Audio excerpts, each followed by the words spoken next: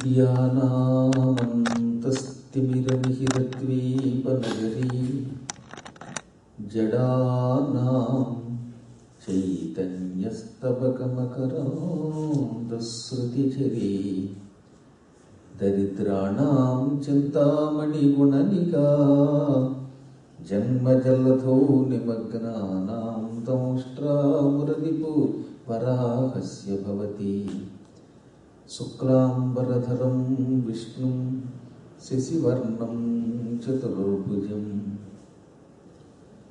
प्रसन्नवदनं ध्यायेत् सर्वविघ्नोपशान्तये वन्दे गुरुपदद्वन्द्वमवाङ्मानसगोचरं रक्तशुक्लप्रभामिश्रमतर्क्यं त्रैपुरं महः नारायणं नमस्कृत्य नरं चैव नरोत्तमं देवीं सरस्वतीं व्यासं ततो जयमुदीरयेत्।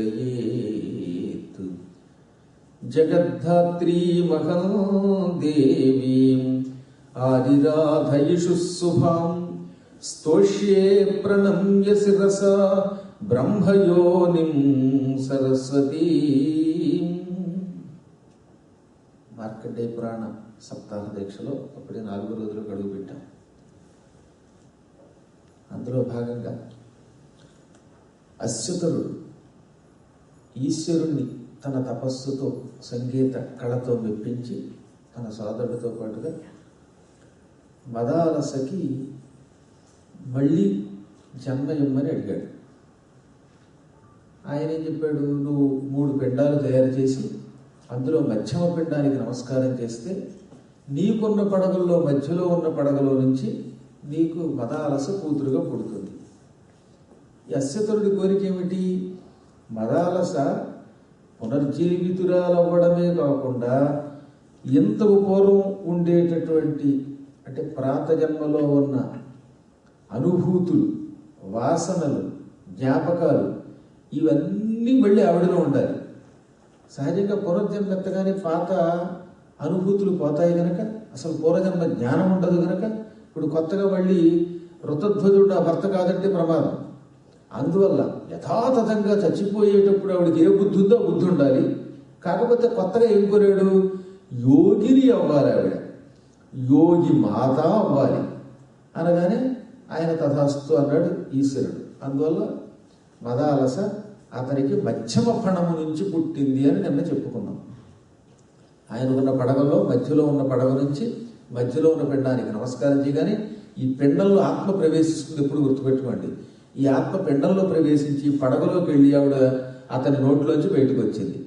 అందువల్లే ఇప్పుడు ఈ పునర్జన్మ ఎత్తాక మదాలస అచ్యుతుడికి కూతురు కూడా అయిందనమాట. పూర్వం విశ్వావసుడనే గంధర్వ పుత్రి, ఇప్పుడు అచ్యుతుడికి పుత్రి అయింది. ఒకే జన్మలో ఒకే రూపంతో ఇద్దరికి పుత్రిక అయ్యే భాగ్యం వాడికి పట్టింది. ఇంత పూర్వం కేవలం భర్త మీద ప్రేమ, లౌకికాచారాలు ఈ ప్రవర్తనతో ఉండేది ఆవిడ. నిజంగా మనం ఏం చెప్పుకున్నాము నిన్న, ఋతధ్వజుడి సౌందర్యం చూడగానే స్పృహ తప్పిపోయింది. అంటే ఆవిడలో అంత ప్రేమ ఉన్నది, కామం ఉన్నది. ఇప్పుడు పునర్జన్మెత్తగానే ఆ పూర్వకాలం ఉండే కామవాసనలు తగ్గిపోయాయి. ఎందుకంటే యోగిని అవ్వాలి అని కోరాడు కనుక. ఇప్పుడు ఆమె పుట్టింది. జాగ్రత్తగా తన మందిరంలో దాచి పిల్లల్ని పిలిచి, కుమారులారా, మీరు భూలోకానికి దినదినము వెడుతున్నారు, ఋతధ్వజుడితో స్నేహం చేసి అతనితో శాస్త్ర చర్చలతో కాలక్షేపం చేస్తున్నారు, అతనికి ఓ కోరికలు ఉన్నాయని అన్నారు, నేను మర్చిపోయాను, మీరు మర్చిపోయినట్టున్నారు. ఒక్కసారి మీ మిత్రుణ్ణి నేను పిలిచానని తీసుకురండి. ఎంతవరకు మీరు వెళ్ళడమే కానీ అతన్ని ఇక్కడికి తీసుకురాలేదు. మీరు తనంత తాను రాకపోవచ్చు, కానీ మీ మిత్రుడు గనక మిత్రుల తండ్రి పిలిస్తే రాను అని అనకూడదని కూడా శాస్త్రం ఉంది గనక, సహజంగా మనకి బాగా ఆత్మీయులైన మిత్రులు ఎవరైనా ఉన్నప్పుడు ఈ మిత్రుల్ని మనం ఎప్పుడైనా ఆహ్వానిస్తే వాళ్ళు కాదు అంటే దోషం. మిత్రులు ఆహ్వానించినప్పుడు రాకపోయినా ఉన్న దోషం కంటే మిత్రుల తండ్రి ఆహ్వానిస్తే రాకపోతే అది ఇంకా దోషంట. కన్న తండ్రి ఒరే కుమారారా అని పిలిచాడు అనుకోండి, అప్పుడు వెళ్ళి తీరాలి. తండ్రి కంటే మిత్రుడి తండ్రి ఇంకా ఉన్నతుడు అని శాస్త్రం. మిత్రుడు తనకి ఆత్మీయుడు, తన ఆత్మ లాంటివాడు. అందువల్ల సహజంగా మీరు ఎప్పుడూ గుర్తుపెట్టుకోవాల్సింది ఏంటంటే, స్నేహం చేయడమే కాకుండా స్నేహితుల తండ్రిని కూడా తల్లిని కూడా కన్న తండ్రి కన్న తల్లిలా చూడాలి. ఇంకా ఎక్కువ విలువ ఇచ్చినా తప్పు లేదు. అందువల్ల నేను పిలిచానని వారిని వెంటబెట్టి తీసుకురన్నారు. ఈ పిల్లలిద్దరూ ఆ క్షణమే భూలోకానికి వెళ్ళారు. సాధారణంగా పగటిపూట మాత్రమే ఈ పిల్లలిద్దరూ భూలోకానికి వెళ్ళి ఋతధ్వజులతో మాట్లాడి రాత్రికి తిరిగి పాతాళానికి వచ్చేస్తూ ఉంటారని చెప్పుకున్నాం ఇంతకాలం మనం. ఈరోజు రాత్రికి రాత్రి బయలుదేరి పితృరాజ్ఞ గనక, ఈ పితృరాజ్ఞ పరిపాలించి తీరాలి గనక హుటాహుటిన బయలుదేరిపోయారు. వెళ్ళి రాత్రికి రాత్రి నిద్రపోకపోతున్నాడు. అప్పుడే ఋతధ్వజుడు అతని దగ్గరికి వెళ్ళారు. ఆశ్చర్యం, అసలు ఎలా వచ్చారు మీరు? రాత్రిపూట ఇక్కడికి రారు, మీకు అంతఃపురంలోకి ఎలా వచ్చారంటే అది వేరే విషయం. మా తండ్రి తక్షణం నిన్ను తీసుకురమ్మన్నాడు. ఆయనకి నిన్ను చూడాలని కోరికగా ఉంది, వస్తావా అన్నారట వాడు కువలయాసుడు. తండ్రికి ఎదురు చెప్పడం నా జీవితంలో ఎప్పుడూ లేదు. మా తండ్రిని నేను అంత గౌరవిస్తాను. మీ తండ్రియ మా తండ్రియ, మీ తండ్రి మా తండ్రి. నేను ఎప్పుడు మా తండ్రికి ఎదురు చెప్పను. అటువంటిది మీ తండ్రి పిలిస్తే ఆయనకి ఎదురు చెబుతానా? నడవండి బయలుదేరదాం అన్నాడు. గుర్రాలు రథాలు సిద్ధం చేయించబోతూ ఉంటే అవన్నీ ఎందుకు, మనం ఒంటరిగా వెళ్ళిపోదాం అని ఇద్దరు పిల్లలు అతను వెంట పెట్టుకుని కాలినడకన నదీ తీరానికి తీసుకొచ్చారు. ఎవర్రా, హాయిగా పరివారం ఉన్నారు, రథాలు ఉన్నాయి, గుర్రాలు ఉన్నాయి, అవి కాకుండా నడిచి ఇక్కడికి దాకా నన్ను లాక్కొచ్చారు, నడిపించారు. ఇంతకీ నది దాటాక అవతల ఒడ్డుకు వెళ్ళాక మీ నగరం ఉందా అంటే, మిత్రమా ఇంక మేము పిలిచాం, మాతో రావడమే, మారు మాట్లాడకు అన్నారట వీళ్ళు.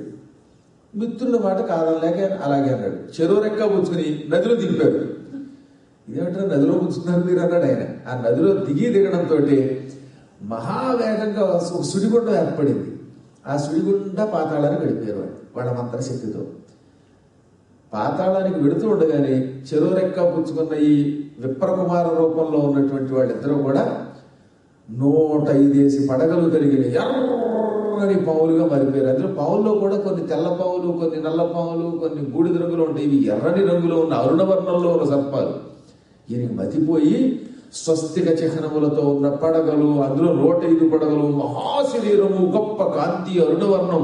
అటువంటి అరుణవర్ణంతో ఉన్న సర్పాలను చూచి, అయ్యే బాబు ఇంతకాలం మిత్రులు ఉన్నారు, ఇదే మీ మిత్రత్వం? నాకు ఏనాడు చెప్పారు కాదు, ద్విజులనట మీరు, మీ ద్విజవర్యత్వంబు కాననే. ఇదా ద్విజత్వం అంటే, మీరా ద్విజులంటే? ఎంత కపటత్వం చూపించారు అని హాస్యమాడాడు. అప్పుడు వాళ్ళు, మిత్రమా ఏమనుకోకు, నువ్వేమో చాలా కష్టాల్లో ఎంతో పూర్వం వాసపోయి ఉన్నావు గనక నీ దగ్గర మేము మా రూపం బయట పెట్టలేదు. పాతాళకేతు తమ్ముడు తాళకేతు నిన్ను వాసగించాడు, అందువల్ల నీ భార్య చచ్చిపోయింది. మేము సర్పరూపాల్లో వస్తే మమ్మల్ని నువ్వు అనుమానిస్తావేమోనని విప్ర రూపంలో వచ్చాం, నీతో స్నేహం చేశాం. నీ దగ్గర మా నిజరూపము ఎంతకాలము మరుగు పెట్టడానికి గల కారణం నీతో స్నేహం చేయాలనే కోరిక తప్ప, నీ ద్వారా శాస్త్ర చర్చలతో సందేహాలు తీర్చుకోవాలనే కోరిక తప్ప ఇంకో స్వార్థం లేదు. అందువల్ల మేము ఇంతకాలం నిన్ను మోసం చేసినందుకు క్షమించు అనగానే అతడి చిరునవ్వు నవ్వి, మీ అంతటి మహానుభావులు, నాగలోకవాసులు, మహాసర్పస్వరూపులు నాతో స్నేహించేటివి నా అదృష్టం. ఇంతకీ మీ తండ్రి గారు ఎక్కడున్నారంటే, ఆయన స్వయాన వాసుకి పుత్రుడు అశ్వతుడు, చాలా గొప్పవాడు, తీసుకువెడుతున్నాం అని రెక్కలు పుచ్చుకొని అశ్వతుడి దగ్గరికి తీసుకెళ్లారు. మహాసింహాసనం మీద పాతాళ లోకంలో కూర్చుని ఉన్నాడు అశ్వతుడు. ఆయన చూడగానే ఇతడు వికసించిన కళ్ళతో, అంటే కళ్ళు ఒక్కసారి సంభ్రమంతో అలా పెద్దవి చేశాడనమాట. సాధారణంగా గొప్పవాళ్ళని చూడగానే మనకు ఆనందం కలుగుతుంది, ఆశ్చర్యము కలుగుతుంది. అంతటి మహానుభావుడు మనకు దర్శనమిచ్చాడా అనిపిస్తుంది. అటువంటిప్పుడు మన కళ్ళు బాగా విప్పారుతాయి. అప్పటిదాకా కళ్ళు మూసుకుని నిద్రపోతున్నట్టున్నవాడు కూడా ఒక్కసారి సంభ్రమాశ్చర్యాలతో కళ్ళు బాగా విచ్చుకునేలా చేస్తారు. ఇప్పుడు సత్యనారాయణ స్వామి దగ్గరికి వెళ్ళాము. ఆయన హారతి అయ్యాక నిజంగా దివ్యమంగళ విగ్రహ రూపంతో దర్శనమిచ్చాడు అనుకోండి, అప్పుడు ఎలా ఉంటారు మీరు? అమ్మో ఈ కళ్ళు సరిపోతాయా, ఇలా కళ్ళు బిడిగుడ్లు చేసి మరీ చూస్తాం. ఆయన దివ్య దృష్టి కూడా ఇస్తాడు అనుకోండి, ఈ మార్కండేయ పురాణం 7 రోజులు వింటే అలా దర్శనం అవుతుంది. అంతేగాని ఇంట్లో కూర్చుని టిక్ టిక్ టిక్ అని టీవీ దగ్గర కూర్చుని లేకపోతే క్రికెట్ చూస్తూ కూర్చుంటే ఇప్పుడు మార్కండేయ పురాణం లేదు, విశ్వరూప దర్శనం లేదు, మిగిలినదల్లా శాశ్వత అశాశ్వత రూప దర్శనం తప్ప. అందువల్ల ఇప్పుడు ఇతను ఫుల్లేక్షణుడై వికసించిన కళ్ళతోటి పాదాలకు నమస్కరించి, తండ్రి నన్ను అనుగ్రహించావా, ఈ మహాత్ములు నాకు మిత్రులు అవ్వడం నా అదృష్టం. ఎన్నో జన్మల తపస్సు ఉంటే తప్ప పాతాళ లోకవాసులైన మీలాంటి అధిదేవతల్ని, సప్పాది దేవతల్ని మేము చూడలేం. అందులో ఎన్నాటి నుంచో వాసుకిని చూడాలని తహతహలాడేవాడిని. ఈశ్వరుడికి కంఠాభరణమైన ఆయన వంశస్థుడివి నువ్వు, ఆయన పుత్రుడివి. అంటే తండ్రిని చూసినట్టే కొడుకును చూస్తే గనక నిన్ను చూసి నా జన్మ ధన్యమైంది అనుకుంటున్నాను. ఆజ్ఞాపించు, ఏం చెబితే చేస్తానంటే, నాయన నువ్వు చాలా అదృష్టవంతుడివి, నీ గురించి రోజు మా పిల్లలు తెగ పొగుడుతున్నారు. నీవు పండితుడివని, జ్ఞానివని, యోగివని, మహాత్ముడివని, సకల ధర్మశాస్త్రాలు చదివి ఎవరికి ఎప్పుడు ఏ సందేహం కలిగినా అడిగిన వెంటనే తక్షణం తీరుస్తావని విన్నాం. అంచేత నిన్ను నేను దర్శించడం నా అదృష్టం. ఇప్పుడు నీకేం కావాలో కోరుకో. నా లోకంలో అది ఇది అని కాకుండా అన్ని వస్తువులు ఉంటాయి. నువ్వు కోరిన ఏ కోరికైనా తీరుస్తాను. నా నగరంలో నీకు రత్నాల రాసులు కావాలా, ఇంకేమైనా వస్తువులు కావాలా, అపూర్వ లాంఛనాలు కావాలా, ఆయుర్దాయం కావాలా, ఏం కావాలో కోరుకో అంటే, అతడు నా తండ్రి దయ వల్ల నాకు ఏ కొరత లేదు, నేనేం కోరుకుంటాను. నా తండ్రి దయ వలన ధనములు తృణప్రాయములకట. నా తండ్రి ధర్మం వల్ల, ఆయన సంపాదించిన సంపాదన వల్ల నాకు డబ్బు తృణప్రాయం. దేవుడిచ్చిన యౌవనం ఉన్నది. ఇక విద్యలు మా గురువులు ప్రసాదించారు. తండ్రి లాంటి పరమేశ్వర స్వరూపుడు నేను నిన్ను దర్శనం చేశాను. దాంతో నా కోరికలు పూర్తిగా తిరిగి ఇక నాకే కోరికలు లేవు. జనక భుజావని జముల చల్లని నీడవసించి ఉన్న నందనులు సుకుల్ నిజంబు. అందరిలోకి అదృష్టవంతులు ఎవరో తెలిసిన, తండ్రి పిల్లల్ని కంటికి రెప్పలా కాట్పాడుతూ ఉంటే పెద్ద వయస్సు వచ్చేదాకా తండ్రి కుటుంబాన్ని జాగ్రత్తగా రక్షిస్తూ ఉంటే, తండ్రి నీడలో తండ్రి పెత్తనంలో సుఖంగా బ్రతికే పిల్లలే నిజమైన యోగులు, జాతకులు. అంటే మహాజాతకులు అంటే జనక భుజావనీజముల చల్లని నీడ వసించి ఉన్న నందనుల సుకులు అన్నాడు. తండ్రి ఒక పెద్ద వృక్షం, ఆ వృక్షం నీడలో కొడుకులు విశ్రాంతి తీసుకోవడం కంటే అదృష్టం ఉంది. నిజంగా ఈ అదృష్టం నాకు చాలా కాలం పట్టిందండి. మా తండ్రి గారు ఇంచుమించుగా మా అందరికీ పెద్ద వయసు వచ్చేదాకా ఉండడమే కాకుండా అనుక్షణం తీర్చిదిద్దడం, ఆయన దగ్గర అనేక భాషల్లో పాండిత్యం ఉండడం, ఇక సంస్కృతంలో ఆయన భాష్యాంత వ్యాకరణం చదువుకోవడం, అంటే ఉత్తరాల్లో కూడా పద్యలేదు. అమ్మ గురించి ఏదైనా రాయాలనుకోండి, అమ్మను గురించి ఏమాత్రమును తలపెట్ట ఉత్తరమున ఇలా రాసేటే. ఇక పలికితే పద్యం, అలిగితే పద్యం అనమాట. దాంతో ఎంత అదృష్టం అది. ఎవరు యోగ జాతకులో చెప్పారు ఇందులో. తండ్రి బ్రతికి ఉండడం, ఆయన చెట్టులాగా నీడనివ్వడం ఇంటికి, అంటే దక్షుడైన తండ్రి అయి ఉండాలి. బట్టి వాడు కూడా ఇప్పుడు తండ్రి బతికే ఉంటాడు, కుటుంబాన్ని పట్టించుకోడు, కొడుకు తిడతాడు, కొడతాడు, తాగుపోతే తిరిగితే ఇప్పుడు వాడి తండ్రి కాదు, వాడి ఎండ్రి పీత. ఆ పీత వల్ల మనకు కొట్టి రోత. అంతే, దానివల్ల ఉపయోగంలా.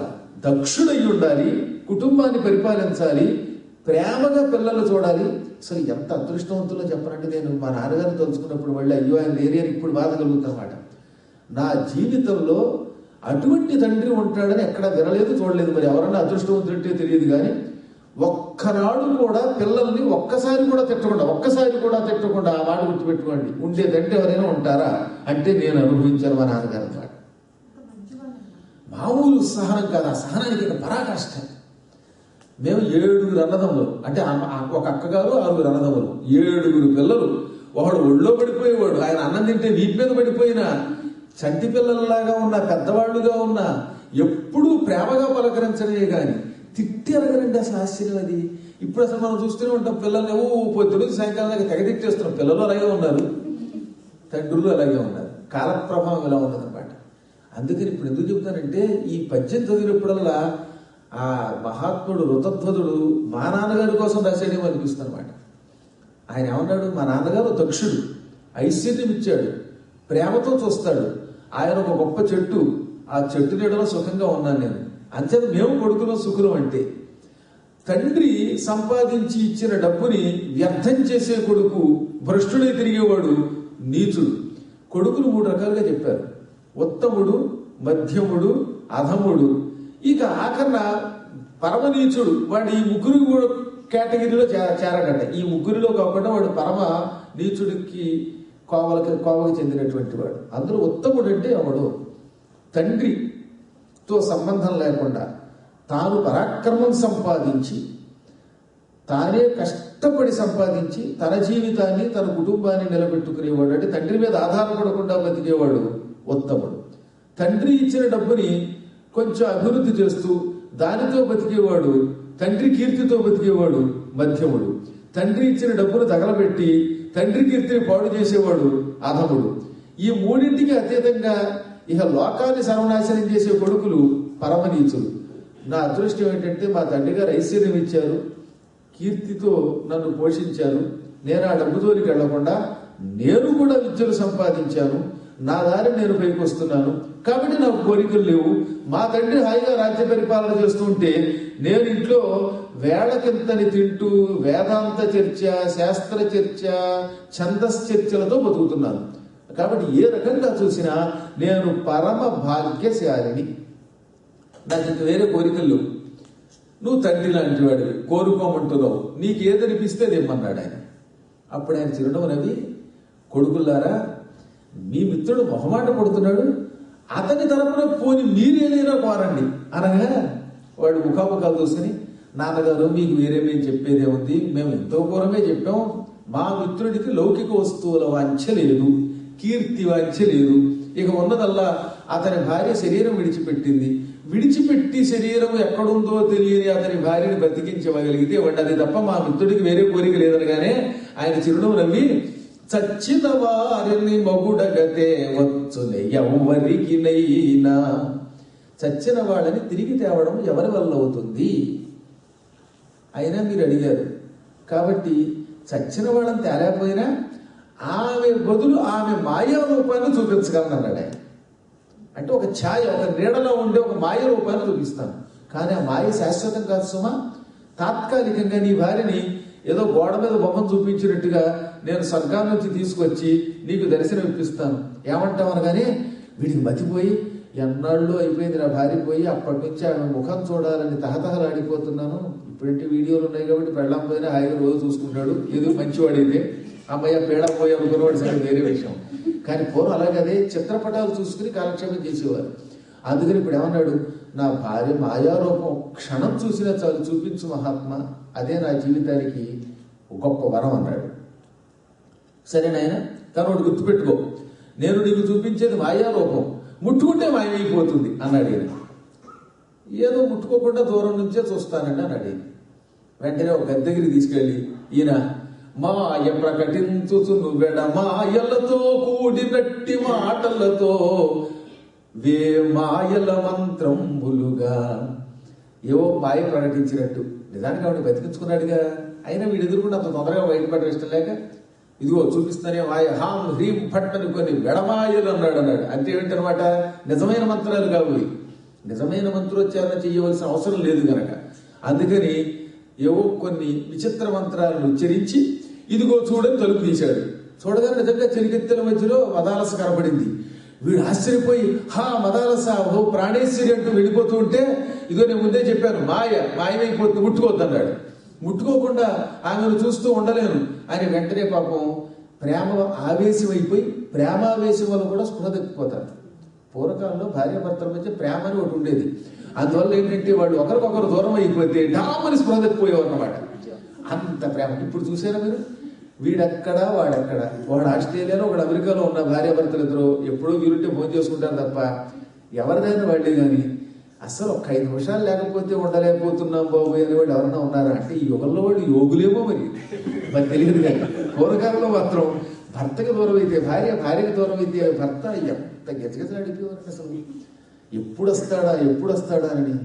నేను మా ఊళ్ళో చూశాను, ఆ పల్లెటూళ్ళల్లో వాళ్ళ ఆయన లేకపోతే పాపం తలకాయ కూడా దూకునేవారు కాదు. ఆయన అంతే, ఆవిడ లేకపోతే ఎప్పుడు ఇంటికి కడతానా అనుకునేవాడు అనమాట. పాపము పొరుగుళ్ళలో ఉద్యోగాలు చేసి ట్రాన్స్ఫర్ అయ్యి మళ్ళీ ఇంటికి రావాలంటే ఎంత కష్టంగా ఉండేదండి అప్పట్లో. ఏలూరు నుంచి విజయవాడ వెళ్ళి రావాలంటేనే పెద్ద ప్రయాణం. ఇప్పుడా ఢిల్లీలో ఎక్కితే క్షణంలో బిల్పిటాస్ గల్లీలో చేరిపోతున్నాం, అంత వేగంగా వచ్చేస్తున్నాం. ఇంకా ఇంకా మంత్రశక్తులు వస్తాయి, కంగారే పడక్కర్లేదు. అందువల్ల ఇప్పుడు ఆమెను చూచి కౌగిలించుకోకుండా ఉండలేను, దగ్గరికి వెళ్లకుండా ఉండలేను, పలకరించకుండా ఉండలేనని ప్రేమావేశంతో మోహావేశంతో స్పృహ తప్పి పడిపోయాడు పాపం.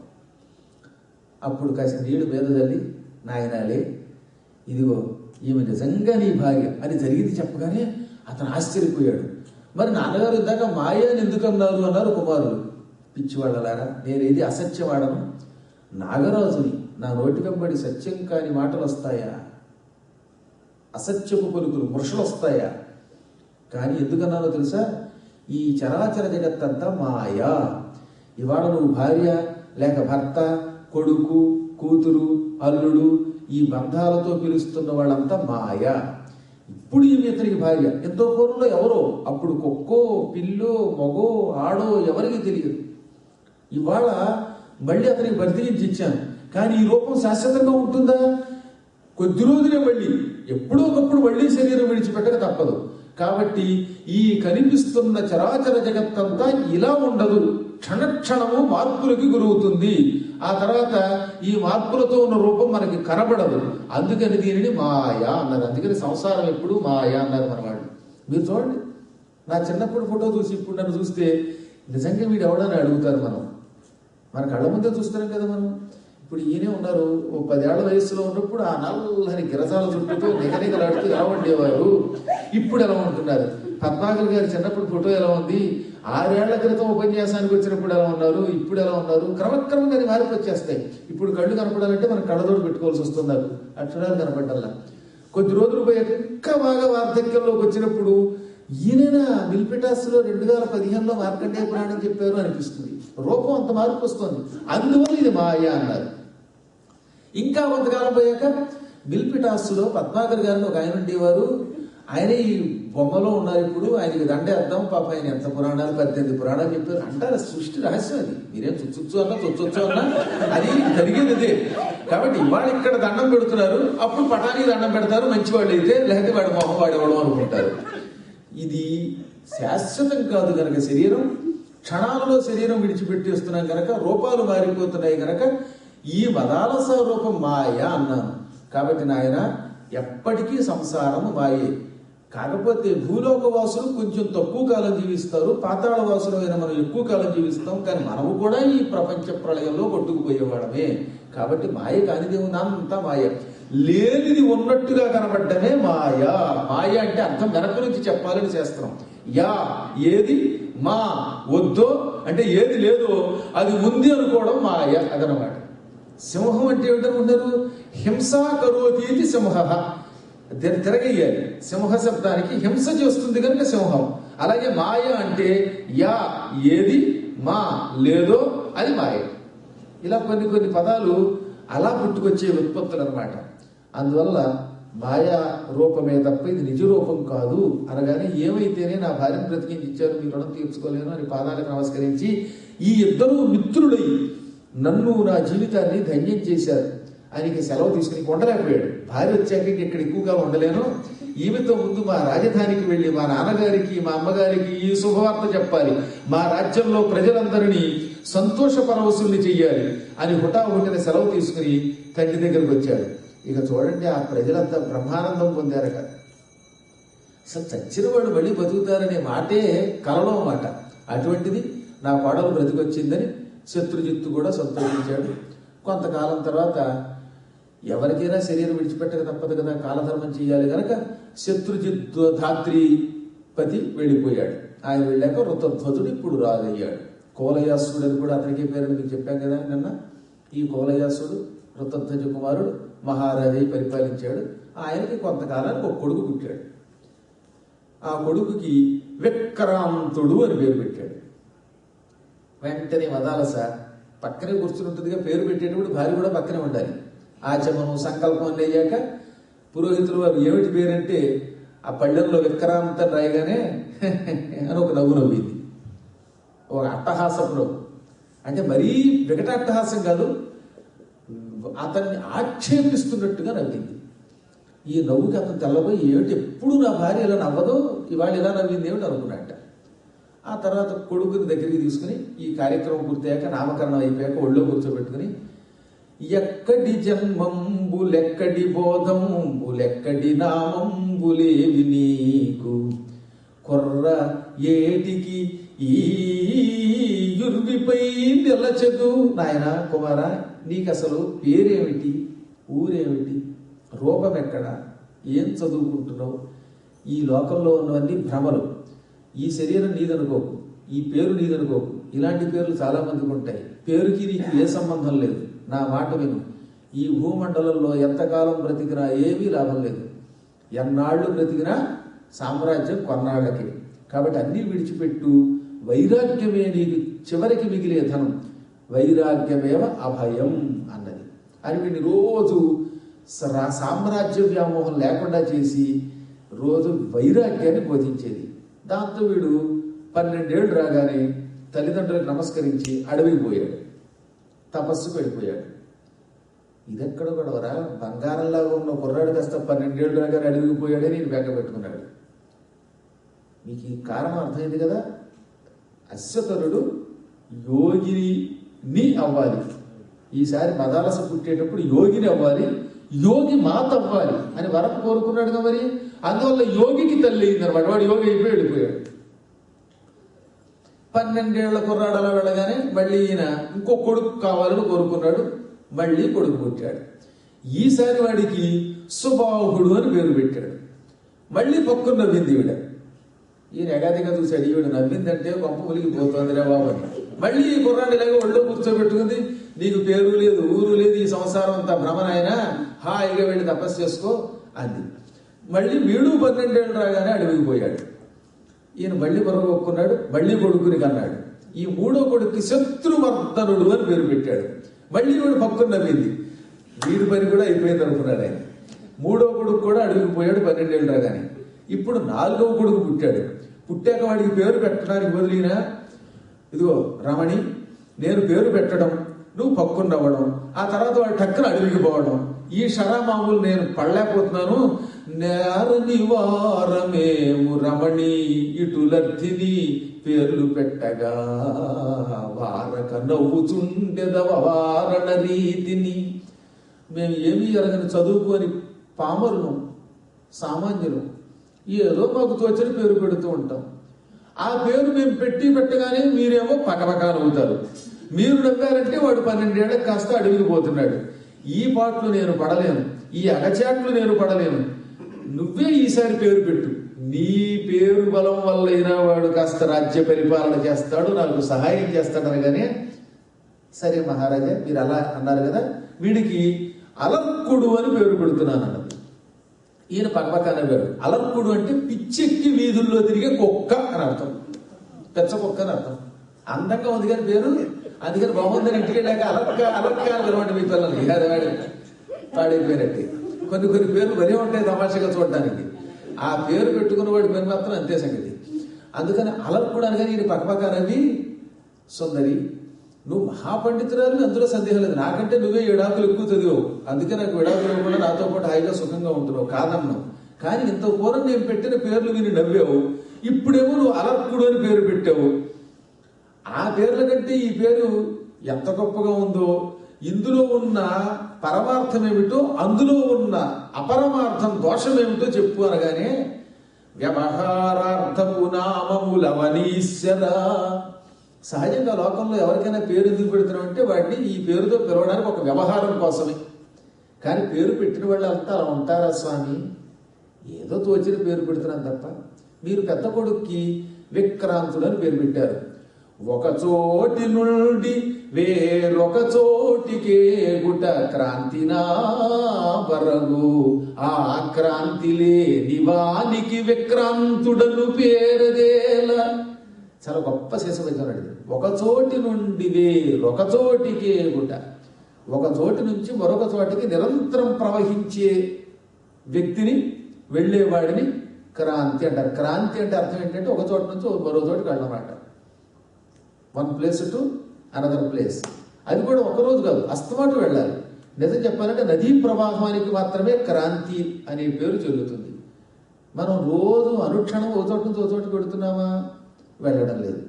పోని ఒక వ్యక్తి మనస్సు అస్తమానము అన్ని చోట్లకి పరిభ్రమిస్తోంది కాబట్టి వాడికి క్రాంతి అనో పెడదాం అనుకుందామంటే, మనస్సు రాత్రిపూట తనది కాకుండా వేరే చోటికి పోతుంది. మనిషి నిద్రపోయినప్పుడు మనస్సుకి వీడికి సంబంధం లేకుండా అయిపోతాడు. మనస్సు మరొక రూపంలో పెడుతుంది. అందుకే కళల్లో ఉన్నప్పుడు ఒక రకంగా ఉంటాడు, ఇళ్లలో ఉన్నప్పుడు ఒక రకంగా ఉంటాడు కదా. గాఢంగా నిద్రపోయినప్పుడు హఠాత్తుగా నాకు నిన్న రాత్రి మా పీఠంలోకి వెళ్ళి అమ్మవారికి పూజ చేసినట్టు వచ్చింది. నేను చూస్తే ఇక్కడ ఉన్నాను. మిల్పీఠంలో ఉంటే, మిళిత పీఠంలో నేనుంటే ఆ పీఠంలో ఉన్నట్టు ఉండడం ఏమిటి? అందువల్ల ఆత్మ మనకి సంబంధం లేకుండా నిద్రలో ఉంటుంది. పోని అసలు ఆత్మ అంటేనే పరమాత్మ నుంచి విడిపడింది, అంటే సర్వవ్యాపకం. అంతటా నిండి ఉన్న దానిని మాత్రమే, నాశనం లేని దానిని మాత్రమే ఆత్మ అంటారు. ఆత్మకి ఎప్పుడు పుట్టుక లేదు, చావు లేదు, నీళ్లు దీన్ని తడపవు, అగ్ని కాల్చదు, అంతటా వ్యాపించి ఉంటుంది. దీనికి పుట్టుక లేదు కాబట్టి నాశనము లేదు. అందుకే ఏమన్నాడు సుస్పష్టంగాను, నయనం చందంతి శస్త్రాణి. ఎంత గొప్పగా చెప్పారండి. ఇందులో మదాలస కూడా శాస్త్రసారం చాలా చదువుకున్న పండితురాలు, పైగా పునర్జన్మ ఎత్తగానే యోగిని అయ్యింది. నైనం ఛందంతి శస్త్రాణి నైనం దహతి పావకః నచైనం క్లేదయంత్యాపో నశోషయతి మారుతః. గాలి వీస్తే బట్టలు ఆరిపోతాయి. ఆత్మ అలా బట్టలాగా గాలి వల్ల ఆరదు. అందుకే మారుతః అంటే వాయుదేవుడు నా శోషయతి, ఈ ఆత్మని ఆరబెట్టలేడు, శోషింపజేయలేడు. ఎండే కాకుండా గాలికి కూడా బట్టలు ఆరుతాయి. మీరు ఎప్పుడో చూడండి, బాగా ఫ్యాన్ పెట్టి పూర్వకాలంలో చలికాలంలో కూడా ఇళ్లలో తెల్లవారులు ఫ్యాన్ కింద పెట్టామంటే బట్టలు తడి బట్టలు ఆరిపోతాయి. ఈ ఆత్మని అలా వాయువు ఆరబెట్టలేదు. శస్త్రాలు అస్త్రాలతో కొట్టండి, కత్తితో కొడదామంటే అసలు ఆత్మ కనపడితే కదా నువ్వు కొట్టేది. శరీరాన్ని చీలుస్తావు కానీ లోపల ఉన్నదాన్ని ఛేదించలేము. అగ్నిహోత్రుడు దీనిని దహించలేడు. పోనీ నీళ్లు పోసి తడపడానికి ఇవేం బట్టలు కావు కాబట్టి దీనిని జలము కూడా తడపలేదు. అటువంటి ఆత్మ అంతటా వ్యాపించి ఉంటుంది గనక ఒక చోట నుంచి వేరే చోటికి వెళ్ళడం అనే ప్రసక్తి లేదు గనక బాగా ప్రయాణము చేయుట అని అర్థం విక్రాంతి అంటే. అలా విక్రాంతుడనే పేరు ఈ శరీరానికి ఎలా పెట్టావు కాబట్టి అది వ్యర్థం.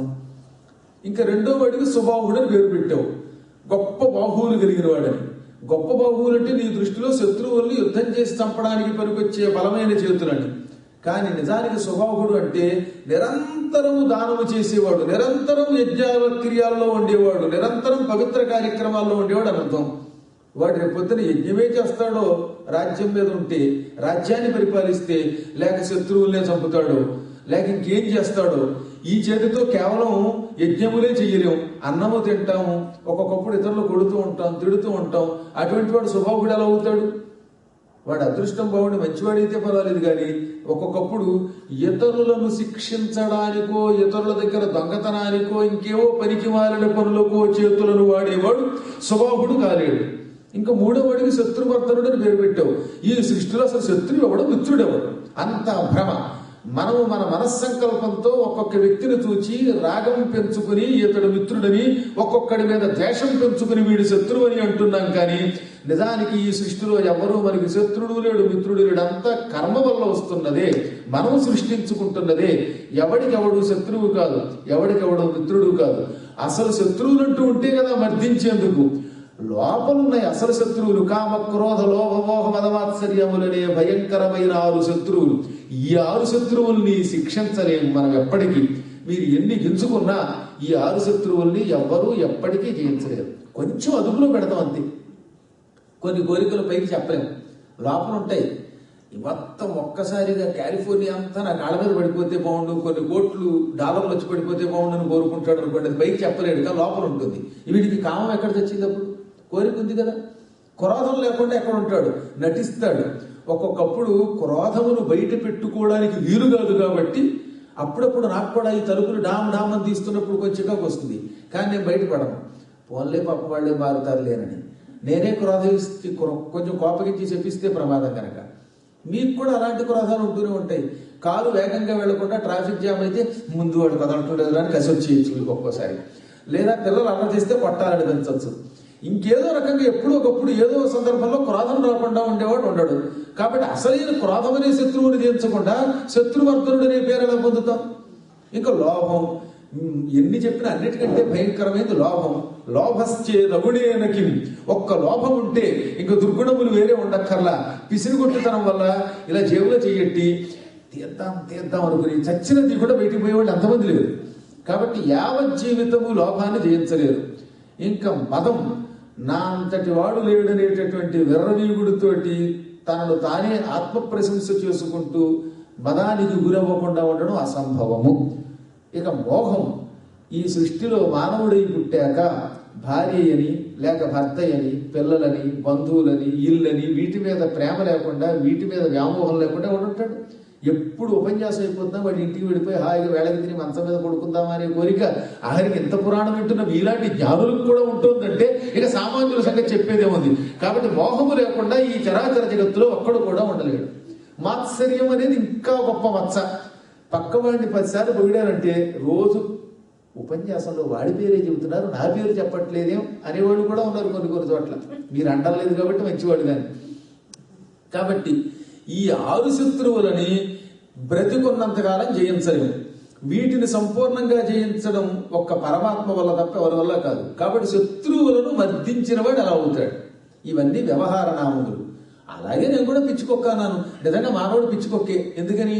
వీడికి ఎప్పుడు ఏం పిచ్చి పుడుతుందో తెలియదు. ఒక్కొక్కప్పుడు హాయిగా సుఖంగా ఉంటున్న జీవితాన్ని ఇంకేదో కోరిక వెంట పరిగెత్తేలా చేస్తాడు. శుభ్రంగా ఇంట్లో కూర్చొని వేళకంత తిండి దొరుకుతున్న సమయంలో ఈ తిండి సరిపోక మొత్తం ఆస్తి అంతా మీ కొత్త వ్యాపారం పెట్టి సర్వనాశనం అయిపోయిన వాళ్ళు లేరు. అది పిచ్చికొక్క లక్షణం అంటే. తన కుటుంబం తన వ్యవస్థ సుఖంగా ఉన్నా ఇంకేదో కావాలనుకుని వెంటపడ్డమే పిచ్చికొక్క లక్షణం అంటే. హాయిగా పురాణం జరుగుతూ ఉంటే ఇది మానేసి బయటికి వెళ్ళి హరో అని ఫోన్ మాట్లాడుకోవడమే పిచ్చికొక్క లక్షణం అంటే. అని నేనల్లా, అందులో చెప్పారు. ఈ విధంగా అనుక్షణము ఈ మనస్సు ఎప్పుడు ఎక్కడికి ఎలా వెంపర్లోడుతుందో తెలియదు. అందువల్ల మానవులంతా పిచ్చికొక్కలే. కాబట్టి వ్యవహార నామంలో అలర్కుడు అని పేరు పెట్టాను. ఈ పేరుకి మనిషికి సంబంధంలా. లక్ష్మి అని ఒక ఆవిడకి పేరెట్టారు. ఆవిడ ఎప్పుడు పని మనిషి కిందే బతుకుతుంది. ఏమిటి ఉపయోగం? పేరుకి లక్ష్మి, పైగా మహాలక్ష్మి, శ్రీలక్ష్మి, వరలక్ష్మి. ఆవిడ రోజు చీపురుతో తుడుచుకుంటుంది పాపం. ఎవడన్నా అన్నం పెడితే బతుకుతుంది. ఒక ఆవిడకి సరస్వతి అని పేరు. ఆవిడ పిలిస్తే రెండేళ్ళు ఎంతండి అంటుంది బరువు ఒక్కుని. ఇంకేవాడు సరస్వతి ఏమిటి? ఒక ఆయన పేరు భీమారావు. వాడు భీమారావు, వాడు చూస్తే చావడానికి సిద్ధంగా ఇలా పక్కగా ఉంటాడు. ఇలాగా వ్యవహారానికి, నామానికి, శరీరానికి, ప్రవృత్తికి ఏ విధమైన సంబంధం ఉండదు స్వామి అనగానే ఎంత ఉపన్యాసం చెప్పావు భార్యామణి, నేనేదో మాట వరసకి అలంకుడని పేరెత్తులు పెట్టేవని అన్నందుకు నిజంగా అద్భుతమైన బాధే. ఆయనకి ఇష్టం లేక కాదు, ఇప్పుడున్న వ్యామోహం వేరు. కొడుకులు 3 అడవికి పోయారు, వీడేమైపోతాడు అని దెంగ. సరే నువ్వేదో పేరు పెట్టావులే, నేను ఒక్క కోరిక కోరతాను. 3 కొడుకుల్ని అడిగిపోలు చేసావు, ఈ కొడుకునైనా నాకు పెండం పెట్టేందుకు ఇంట్లో ఉంచు, నా గండం గడిచి పెండం బయటపడేలా చూడు. రాజ్య పరిపాలకుడిగా తీర్చిదిద్దు. ఆచారములు సదాచారములు చెప్పు. సదాచారం వల్ల సంపదలు పెరుగుతాయి, సదాచారం వల్ల కీర్తి పెరుగుతుంది. అలా వీడు ఒక మహారాజు అయ్యేలా తీర్చిదిద్దామనగానే, సరే మీరు చెప్పారు కాబట్టి, భర్త మాట కాదన్న కాబట్టి వీడిని మాత్రం అడవుల పాలు చేయకుండా సింహాసనం ఎక్కేలా చేస్తాను అని వాడిని రకరకాల విద్యలలో తీర్చిదిద్దేలా చేసింది. కత్తి యుద్ధం నేర్పింది, ధనుర్విద్య నేర్పింది, మల్ల యుద్ధం నేర్పింది, సకల శాస్త్రాలు బోధించింది. వీటితో పాటు ఆవిడ మానవుడికి అన్నిటికంటే ధర్మం చాలా ముఖ్యం. ధర్మము ఆచారంలో ఉంది. ఆచారం శాస్త్రాలు చెప్పాయి. శాస్త్రాల్లో చెప్పిన వాటిని యథాతథంగా ఎప్పుడు ఆచరించేవాడికి జీవితంలో కష్టం రాదు. తాత్కాలికంగా కష్టం వచ్చినా ఆ కష్టం తొలగిపోతుంది. సహజంగా శాస్త్రాచారాలని మనం ఎప్పటికప్పుడు నిర్లక్ష్యం చేసి ఈ పూటకి పర్వాలేదు ఇలా కానిద్దాం అనుకుంటారట. చెప్పులు స్టాండులోనే పెట్టవలను. ఒక్కప్పుడు ఈ పక్కన పెట్టా పర్వాలేదు అన్నాం అనుకోండి, వాడు అందరూ అక్కడే పెడతారు. ఆ రూల్ని వీలున్నంత వరకు మనం ఎలా ఉల్లంఘిద్దామా అనే మానవులు చూస్తారు. అందుకే శాస్త్రములు ఎప్పుడూ కూడా మహారాజ శాసనం వంటివి, ఇంకా దానికి ఉల్లంఘన ఉండకూడదని చెప్పారు. యశాస్త్ర విధిముత్సృజ్య వర్తతే కామకారతః న స సిద్ధిమవాప్నోతి న సుఖం న పరాంగతిం. శాస్త్రములలో చెప్పిన వాటిని ఎవడు విడిచిపెట్టి తన ఇష్టం వచ్చినట్టు ప్రవర్తిస్తాడో అటువంటి వాడికి ఈ లోకంలోనూ సుఖం ఉండదు. శరీరం విడిచిపెట్టాక మోక్షం అసలు రానే రాదు. అందువల్ల శాస్త్రములు కఠోరంగా ఆచరించాలి. ఆ ఆచారము అన్నీ ఎలా ఎలా ఏ ఏ పుస్తకాల్లో చెప్పారో ఎక్కడెక్కడ ఉన్నాయో అవన్నీ మదాలస కొడుక్కి చెప్పింది. చాలా పెద్ద కాండం అది. మార్కండేయ పురాణంలో సదాచార విధానం చాలా పెద్ద ప్రసిద్ధికి ఎక్కినటువంటి పుస్తకం. అందులో భాగంగా మహారాజు ఈ ఉద్యోగస్తుడు ఎలా ఉండాలి, సేవకుడు ఎలా ఉండాలి, భార్య ఎలా ఉండాలి, భర్త ఎలా ఉండాలి, ఇవన్నీ చెప్పారు. అందులో ఇతడు రాజు కూడా కాబట్టి ఇంకొంచెం బాధ్యత ఎక్కువ కదా. నాయన సాధ్యమైనంత వరకు విద్యా అభివృద్ధిని చేసుకో. మానవుడు యావత్ జీవితం విద్యార్థి కాబట్టి చచ్చిపోయేదాకా నిత్యం చదవలసిందే. మళ్ళీ ఎప్పటికప్పుడు నేను అన్నీ చదివేశాను, అన్నీ విన్నాను, ఒట్టి భ్రమటిది. అన్నీ వినడం దేవుడు మన ఇంటిలోనే మన గోడలే మనకి పూర్తిగా తిరిగిటాం. మీరు చూడండి, ఎప్పుడైనా సరే నేను ఒక ఊరు వెళ్ళా. ఆ ఊళ్ళో కొన్ని వందల సంవత్సరాలుగా జనమందరూ ఆ ఊళ్ళో గుడి కడుతున్నారు. ఆ గుడిలో స్తంభం మీద ఉన్న బొమ్మలు ఏమున్నాయో ఆ ఊళ్ళో ఉన్న అర్చకుడికి కూడా తెలియదు. కాబట్టి మన గుడిలో మన ఇంటి గోడల్లో ఏమున్నాయో మనకి తెలియనప్పుడు ఈ శాస్త్రములు రోజు చదివినంత మాత్రం చేత మనకు అర్థమవుతాయా? ఎప్పటికీ అర్థం కావు. భాగవతం ఆమూలాగ్రం కంఠస్థం చేసినా మళ్ళీ ఇంకోసారి చెప్పినప్పుడు నాకు అందులో ఇంకో కొత్త అర్థం గోచరిస్తూనే ఉంటుంది. అది సృష్టి రహస్యం అంటే. అందువల్ల ఎప్పటికప్పుడు మానవుడు యావజ్జీవితం విద్యార్థి వలె ఉండాలి. నేర్చుకోవలసిందే, వినవలసిందే. ఇంకొకటి దగ్గర వింటే ఇంకో కొత్త అర్థం గోచరిస్తుంది. తాను కూడా మళ్ళీ చదివితే మళ్ళీ అర్థం గోచరిస్తుంది. ఇక తర్వాత బాల్యం అంతా విద్యలలో గడపాలి. సాధారణంగా 16 సంవత్సరాలు వచ్చే వరకు ఎక్కువగా లౌకికమైన సుఖాలు పిల్లలకి ఇవ్వకూడదట. పిల్లల్ని 16 ఏళ్ళు వచ్చేదాకా ఈ పిచ్చి పిచ్చి ఆటలు ఆడించడాలు, వాటిల్లోనూ భోగలాలసత్వంలోకి వెళ్లకుండా కఠోరంగా విద్యలతో శరీరాన్ని కర్కశమయ్యేలా చేయాలి. శారీరక విద్యలు, మానసిక విద్యలు ఈ 16 ఏళ్ల వరకు మానవుడికి ఎక్కువ వస్తాయి. ఆ తర్వాత రమ్మంటే రావు. ఇప్పుడు 60 ఏళ్ళు 70 ఏళ్ళు వచ్చాక హఠాత్తుగా వాడు పండితుడు అవ్వాలంటే అవరండి. మీరు ఎక్కడ చూడండి, ఉద్యోగం చాలా కాలం చేసి హఠాత్తుగా ఉపన్యాసాలు చెప్పడానికి కుదరదు చూసారా, వాళ్ళ దాంట్లో సరిగ్గా ప్రామాణ్యం ఉండదు. ఎందుకంటే ఏదో కీర్తి రావచ్చు, 10 మంది దగ్గర ప్రశంసలు పొందొచ్చు, అది ఉపయోగం కాదు. కానీ గురుకులములో చిన్నప్పటి నుంచి కష్టపడి చదువుకున్నటువంటి వాడికి వచ్చిన విద్య వేరు. అందువల్ల పిల్లల్ని అంత జాగ్రత్తగా తీర్చిదిద్దాలి. నాయన బాగా కష్టపడి చదువు. అతిథి పూజ తప్పక చెయ్యాలి. ప్రతిదినము ఒక్క అతిథికైనా అన్నం పెట్టకుండా అన్నం తినకూడదని శాస్త్రం తెలిసిన మీకు. ఇవాళంటే మనం విదేశాలకు వచ్చాం కాబట్టి కుదరదు. కానీ అప్పుడప్పుడు నాబోటి వాడు వచ్చినప్పుడు అందుకే ఇంటికి పట్టుకుపోయి బలాత్కారంగా అయినా ఆతిథ్యం ఇస్తున్నారు. కానీ సహజంగా అన్ని వేళలో కుదరనప్పుడు ఏం చేయలేము. కానీ అన్ని అవకాశములుండి కూడా అతిథి పెట్టకుండా అన్నం తింటే అది మలమూత్రముల భక్షణతో సమానమని మీకు మార్కండేయ పురాణంలో ఉంది. మీరు కావాలంటే చూసుకోండి. నేనేమి ఇందులో రవ్వంత అతిశయోక్తి చెప్పటంలా. కావాలంటే తెలుగు మార్కండేయ పురాణం మారణ రాసింది ఉంది కదా, తిక్కన గారి శిష్యుడిది, అది ఫోటోస్టాట్ తీయించి శ్రీచరణకి ఇస్తాను. మీరు అందరూ తలకొక ఇంట్లో పెట్టుకుని రోజు చదువుకోండి. ఎన్నో లాభాలు ఉంటాయి దానివల్ల. అసలు పుస్తకాలు కొన్ని ఇంట్లో పూజిస్తే కూడా చాలు. ఈ మధ్యన ఒక అజ్ఞానం పరమజ్ఞానం అనుకోండి పని. ఆయన అన్నాడు, ఏం నాయనా శ్లోకాలు వింటే లేక పురాణాలు వింటే పాపాలు పోతాయి, అప్పుడు ఇంకెందుకు ఈ పూజలు ఎందుకు, ఇవన్నీ ఎందుకు అన్నాడు ఆయన. ఎంత మూర్ఖత్వం అది. ఏకైకమక్షరం ప్రోక్తం మహాపాతక నాశనం. రామాయణంలో ఒక్క అక్షరం వింటే మహాపాపాలు పోతాయంటే ఇన్ని పురాణాలు సరదా కోసం వ్యాసుడు రాశాడా? అన్నీ మన జీవితంలో ఒక భాగాలు. మనం వాటిని పట్టించుకోక దురదృష్టవశాత్తు నాస్తికవాదంలో పడిపోతున్నాం అనమాట. పెద్దలు ఎప్పుడు అబద్ధం ఆడరు. వేదవ్యాసాదులు వంటి వారు మన కోసం రాశారనమాట. అందువల్ల అతిథికి అన్నం పెట్టి తీరాలి. మన ఇంటికి అతిథి వచ్చాక వాడికి ఏమీ రక్షణ ఇవ్వకుండా అన్నం పెట్టకుండా పంపిస్తే వాడు నిరాశగా వెళ్ళిపోతాడు కదా. ఇక్కడ గొప్ప శ్లోకం మూలంలో చెప్పారు, అతిథి యత్ర భగ్నాసో గృహాత్ ప్రతినివర్తతే సదత్వా దుష్కృతం తస్మై పుణ్యమాదాయ గచ్చతి.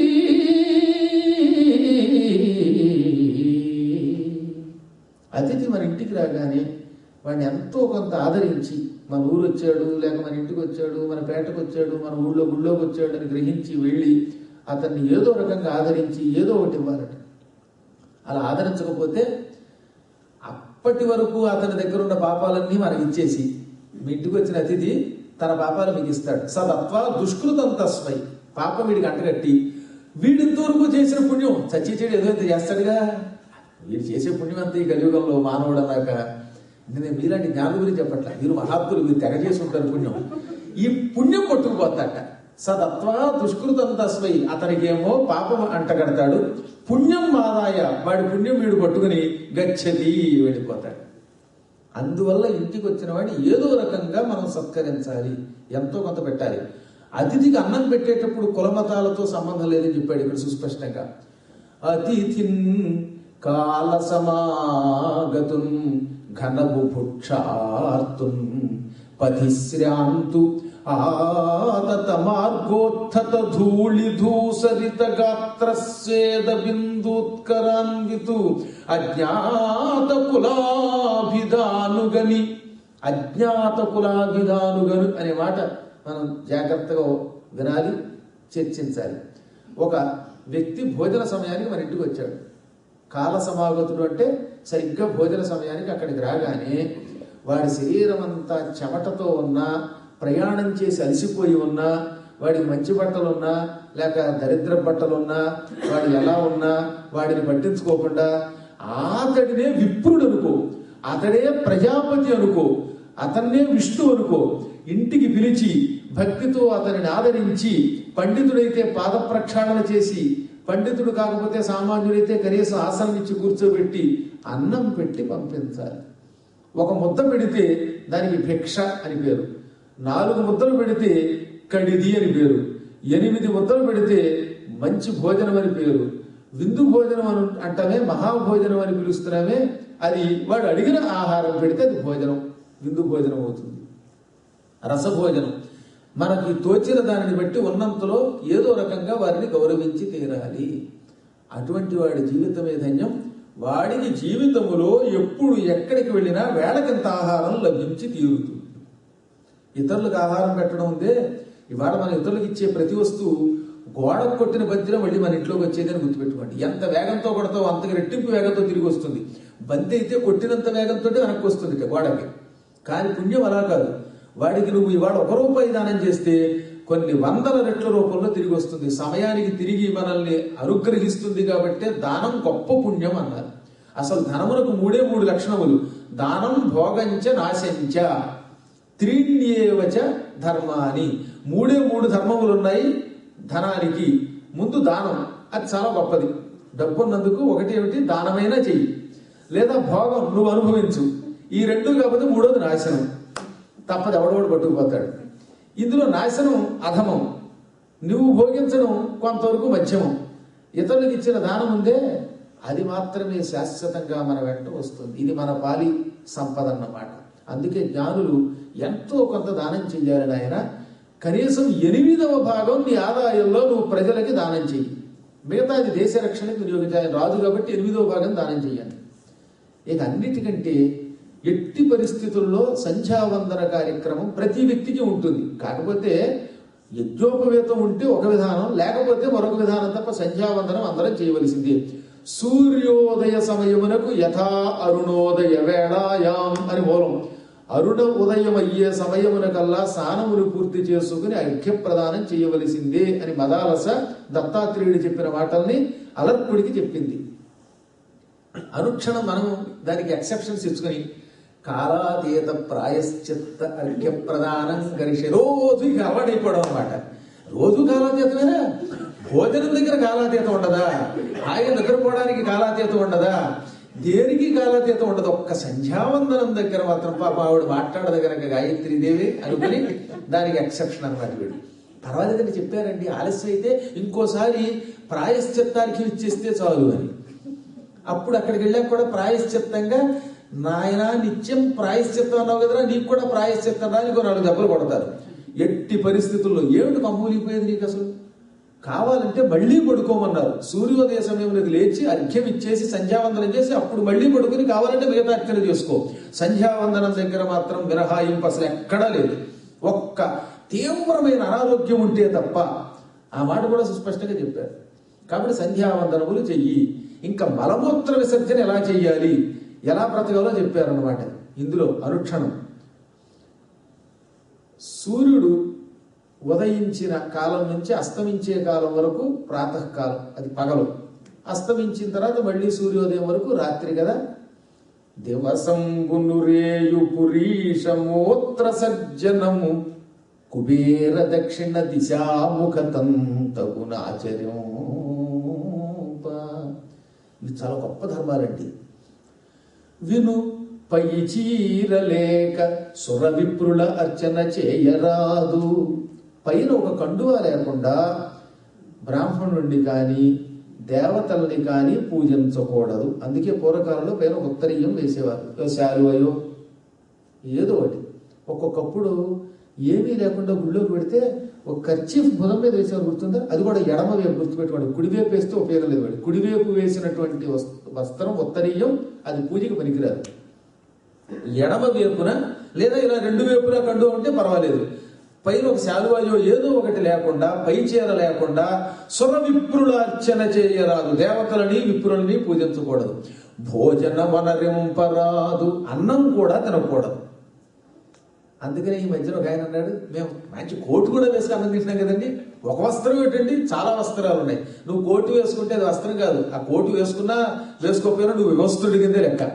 పైన ఇలాగ ఒక తువ్వాలు లాంటి వస్త్రం ఉండాలి. అది కఠోర నియమం, గుర్తుపెట్టుకోండి. అంతే తప్ప నేను కోట్లు వేసాను, లోపల బనీన్ ఉందండి, బనీన్ మీద లాల్చీ ఉంది, లాల్చీ మీద బాల్చీ ఉంది అంటే నువ్వు బాల్చీ అనేటప్పుడు ఇవేవి కూడా రావు. శాస్త్ర ప్రకారముగా పైన ఒక తువ్వాలు ఉండవలసిందే, లేకుండా భోజనం చేయరాదు. కుబేర దక్షిణ దిశాముఖతంతగునాచరింప దివసంబులు రేయు పురీషమూత్ర సర్జనము. పగలు రాత్రి మలమూత్ర విసర్జన. పగలిపోటైతే తూర్పు ఉత్తరం దిక్కు, రాత్రిపోటైతే దక్షిణం. అయితే ఇక్కడ చిన్న మినహాయింపు మళ్ళీ ధర్మశాస్త్రం ఏమొచ్చిందంటే మార్కండేయ పురాణంలోనే, ఇప్పుడు ఇంట్లోనే మలశాల మూత్రశాల ఉంటున్నాయి. పూర్వంటే ఊరవతలకు వెళ్ళేవారు కాబట్టి పగటిపూట ఉత్తరం కేసి తిరిగి కూర్చునేవాడు, రాత్రి దక్షిణానికి తిరిగేవాడు. ఇప్పుడు ఇంట్లో ప్లేట్ అలా పెట్టుకుని వీడు ఇటు కూర్చుని వెళ్ళలేడు కదా. అంటే మరి అలా చెబితే కానీ అర్థం అవుతుంది కాబట్టి చెప్పాల్సి వస్తుంది. అందువల్ల అందుకే నేను చెప్పేటంటే ఉత్తర దక్షిణాలలో ఏదో ఒక ముఖంగా పురీష ఉత్తర సర్జనము చెయ్యొచ్చు అన్నారు. ఏమండి మేము ముసలాడమండి, కొన్ని రోగాలతో ఉన్నామండి అంటే అప్పుడు చెప్పాడు, మర్త్యునకు నిజేచ్ఛచేయనగు రోగము పొందిన ఎప్పుడప్పను. రోగం పొందినప్పుడు మాత్రం నువ్వు ఉత్తరమా దక్షిణమా తూర్పా పశ్చిమమా అక్కర్లా. అసలు రహస్యం చెప్పనా, ఇవి చెయ్యకపోతే రోగం వస్తుంది. అసలు రహస్యం శాస్త్ర ప్రకారంగా ఆచారములను సక్రమముగా మనం పాటించకపోతే రోగాలు వస్తాయి. రోగం వచ్చింది కాబట్టి అలాగో పాటించాం. కాబట్టి రోగులు అవ్వడం ఎందుకు, ముందే జాగ్రత్త పడితే రోగం రాదని అర్థం. మళ్ళీ జాగ్రత్త ఈ పద్యం అంతా వినండి అనమాట. విను పై చీరలేక సుర విప్రుల అర్చన చేయరాదు. భోజన మనరింపరాదు. దివసంబును రేయు పురీషమూత్ర సజ్జనము. కుబేర దక్షిణ దిశాముఖతంతగునాచరింప మర్త్యునకు నిజేచ్ఛచేయనగు రోగము పొందిన ఎప్పుడప్పను. ఇక తర్వాత దురద నిన్న కూడా చెప్పాం కదా మనం. ఇప్పుడు మళ్ళీ ఇంకోసారి మాట. తలతీట ఇరుగేల తగదు గోకగా నిమిత్తము లేక ఉమతల తడుపదగదు. చీటికి వాటికి రెండు చేతులు పెట్టి తలకి బరుకో బరుకో అని గోక్కోకూడదు. రెండు చేతులతో తలకే గోక్కుంటే దారిద్ర్యం పట్టుకుంటుంది గనక. దానికి గల కారణం నిన్న చెప్పాను కనుక మళ్ళీ వాళ్ళు చెప్పక్కర్ల. అనవసరముగా తలని నీళ్లతో తడపకూడదు. మీరు చూసారు లేదు, ఒక ఆయన కాళ్ళు వేడిగా ఉందని ఇన్ని నీళ్లు ఎత్తుమే చల్లుకున్నాడు. అలా శిరస్సుని నిమిత్తము లేక ఉమన్ అంటే తడితోటి తల తడుపదగదు. తలకాయని చీటి వాటికి నీళ్లు పోయకూడదు. తలకి స్నానం చేయాలంటే అయితే ఇంటిలో సంకల్పపూర్వకంగా నిత్య శిరస్నానం చేస్తే ఉదయం పూట పర్వాలేదు, సాయంత్రం పూట అది నిషేధం. ఒక ప్రయాణం చేసి వచ్చినప్పుడు మాత్రం చెయ్యొచ్చు. కానీ దగ్గర వేళల్లో పితృకార్యాలలోనో శవాలను చూసినప్పుడు అప్పుడు మాత్రమే తలకి స్నానం చేయాలి.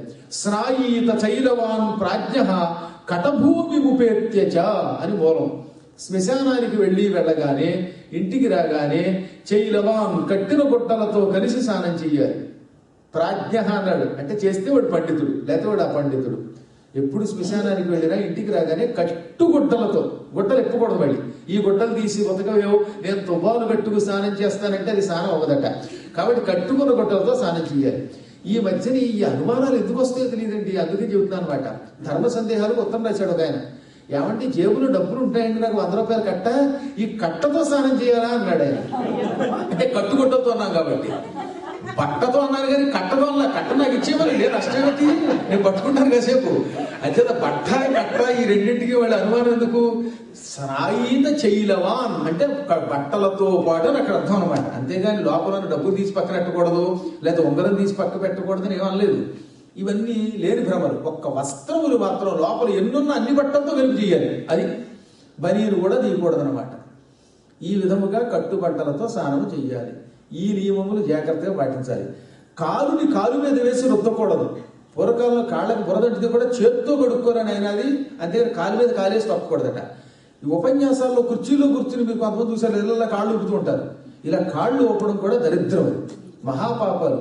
కాళ్ళు ఊపేవాడు చిట్ట చివరి రోజుల్లో యమకింకర దర్శనం పొంది తీరుతాడు. అందువల్ల ఎప్పుడూ కాళ్ళు ఊపకుండా జాగ్రత్త పడండి. తర్వాత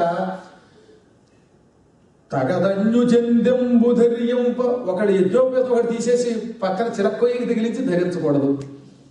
తగదన్యు వస్త్రంబు ధర్యంప, ఇవన్నీ మారణ గారు ఎంత తేలిగ్గా రాశాడో. సంస్కృతం అర్థం కాదేమో సామాన్యులకి పాపం. ఒకళ్ళ బట్టలు ఒకళ్ళు కట్టుకోకూడదు. తల్లి వస్త్రం కూతురు, కూతురు బట్ట తల్లి. ఎన్నో పెళ్ళిళ్లలో అదే చీర 2 చీరలు తెచ్చుకుంటారు ఇద్దరును. కాసేపు అమ్మ కట్టుకుంటుంది, లోపలికి వెళ్ళాక కూతురు మార్చుకుంటుంది. కూతురుది తల్లి, తల్లిది కూతురును. ఇంకా తక్కిన చోట చెప్పక్కర్లా.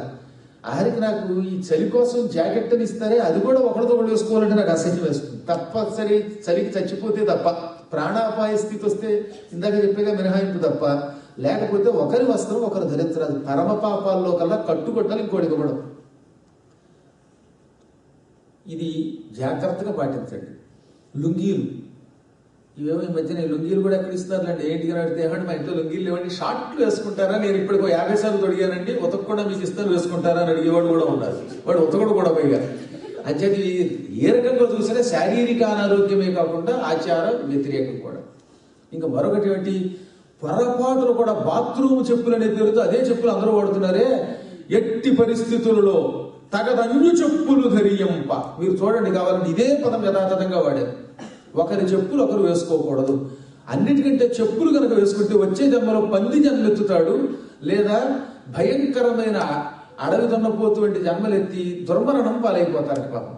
ఏ అమెరికాలోనో పంది పుట్టాడంటే వాడిని విషంతో పర్రని చెవులు బీకేసి చర్మం తీసేసి ఆ మాంసం పటాపటా కొడుతున్నారంటే, పూర్వం ఒకళ్ళ చెప్పులు ఒకటి వేసుకున్నవాడు పాపం. వాళ్ళ పంది రూపంలో ఎంత యాత్ర కొడుతున్నారు.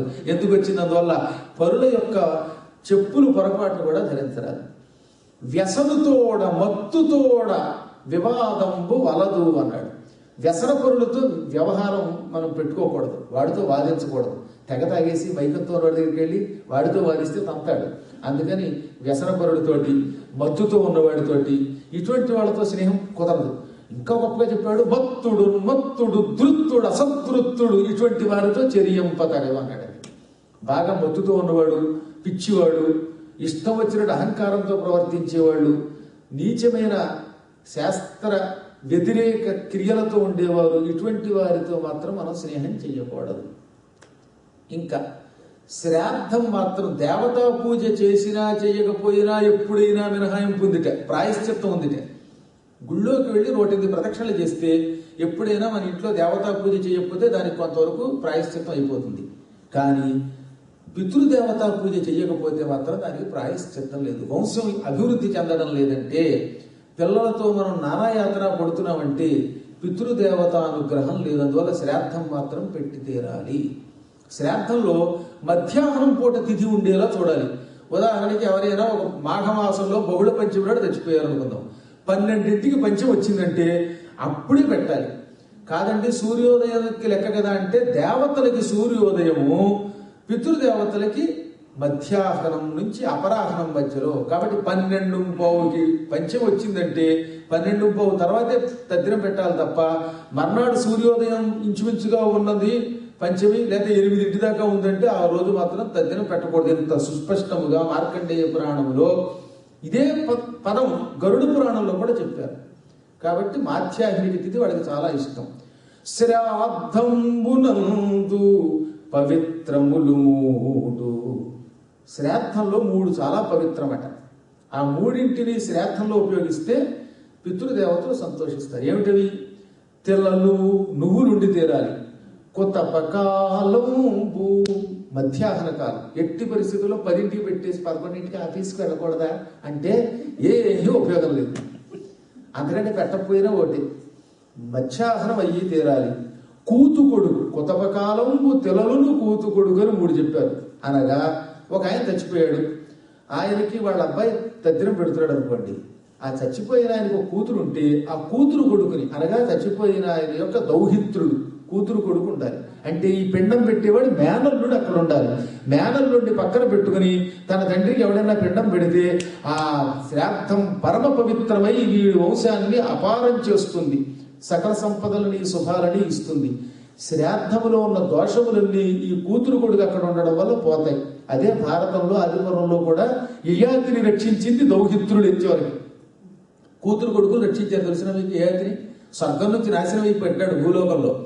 భూలోకంలోనూ పడ్డ మధ్యలో తలకిందులుగా వెళ్లాడుతూ ఉంటే చివరికి ఆయన కూతురు కొడుకులు రక్షించారు మనుమలు. కాబట్టి అందువల్ల శ్రాద్ధంలో తెలలు నువ్వులు ఉండాలి, మధ్యాహ్నం ఉండాలి, కూతురు కొడుకు ఉండాలి. వర్జ్యములు మూడు పనికిరావట. ఏమేమిటవి? కినుక, శ్రాద్ధం పెట్టే కాలంలో పెట్టే వాళ్ళకి కోపం ఉండకూడదు. ఎట్టి పరిస్థితుల్లో ఆ పూట భార్య ఆ క్షణంలో అప్పడాల కొరత నెత్తి మీద కొట్టినా సరే భార్యామణి అది చిరునవ్వు నవ్వాలి. కావాలంటే మీరు పరిశీలించండి సరే వాడిని నెత్తి మీద కొట్టి అంటే మొత్తం మీద కినుక పనికిరాదు. వేగిరపాటనంగా తొందరగా కానిచ్చే అని పురోహితుడి మీద కోపగించకూడదు. ఇంకా 3వది ఏంటి? సువర్ణం ఉండకూడదు. ఎట్టి పరిస్థితుల్లో చేతికి బంగారము ధరించి శ్రాద్ధం పెట్టకూడదు. కోపం పనికిరాదు. తొందరగా కానిమ్మని పురోహితుడు అనకూడదు. ఈ 3 పనికిరావు. ఇంకా మీకు చాలా ఆశ్చర్యకరమైన విషయం చెప్పనా?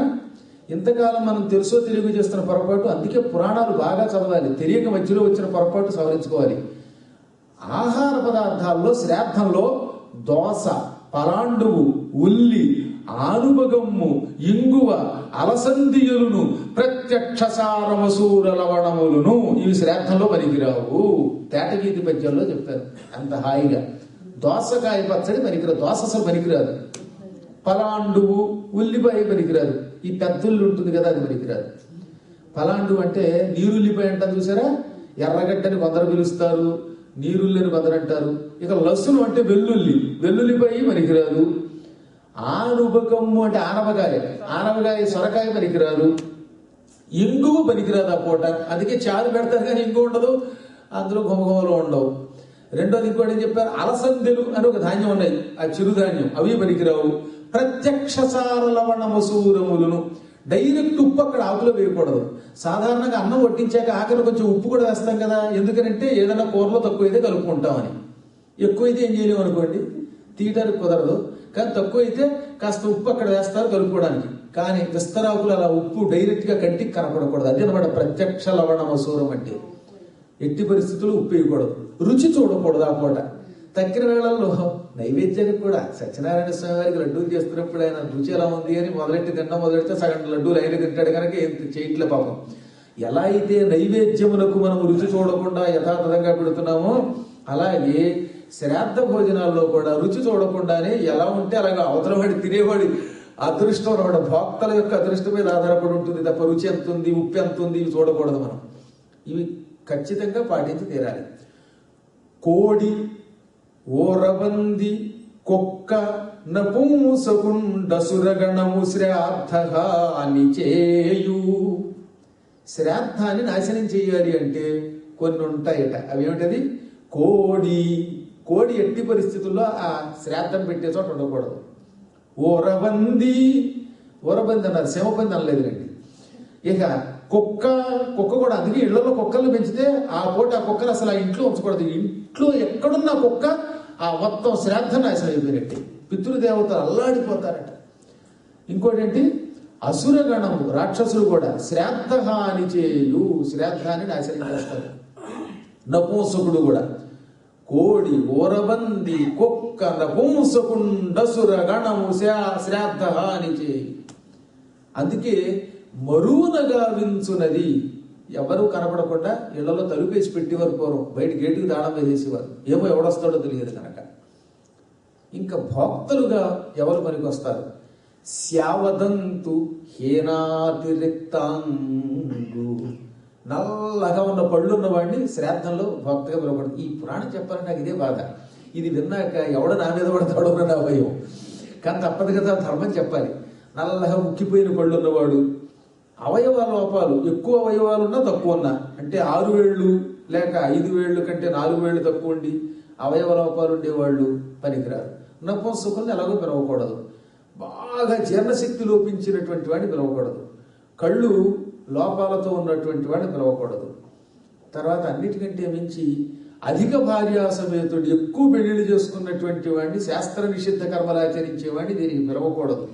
శ్రాద్ధంలో దేవతా కార్యం కంటే శ్రాద్ధ కార్యం పెట్టేవాడు జాగ్రత్తగా ఉండాలి. శ్రాద్ధ భోజనములకు వచ్చేటటువంటి వాడు ఏమీ తినకుండా కేవలం ఖాళీ కడుపుతోటే రావాలి. ఇవన్నీ నియమాలు. ఇంకా పిసురుడు అంటే ఇతరుల మీద నేరాలు చెప్పేవాడు, పౌనర్భవుడు అనగా భర్త చచ్చిపోయాక భార్య మరొకటి వల్ల సంతానం పొందితే వాడికి పౌనర్భవుడు అని పేరు. అటువంటి వాడు అంటే రెండో భర్త వల్ల పుట్టినటువంటి సంతానాన్ని పిలవకూడదు. గోళకుడు, కొండకుడు అని 2 రకాలు ఉన్నారు.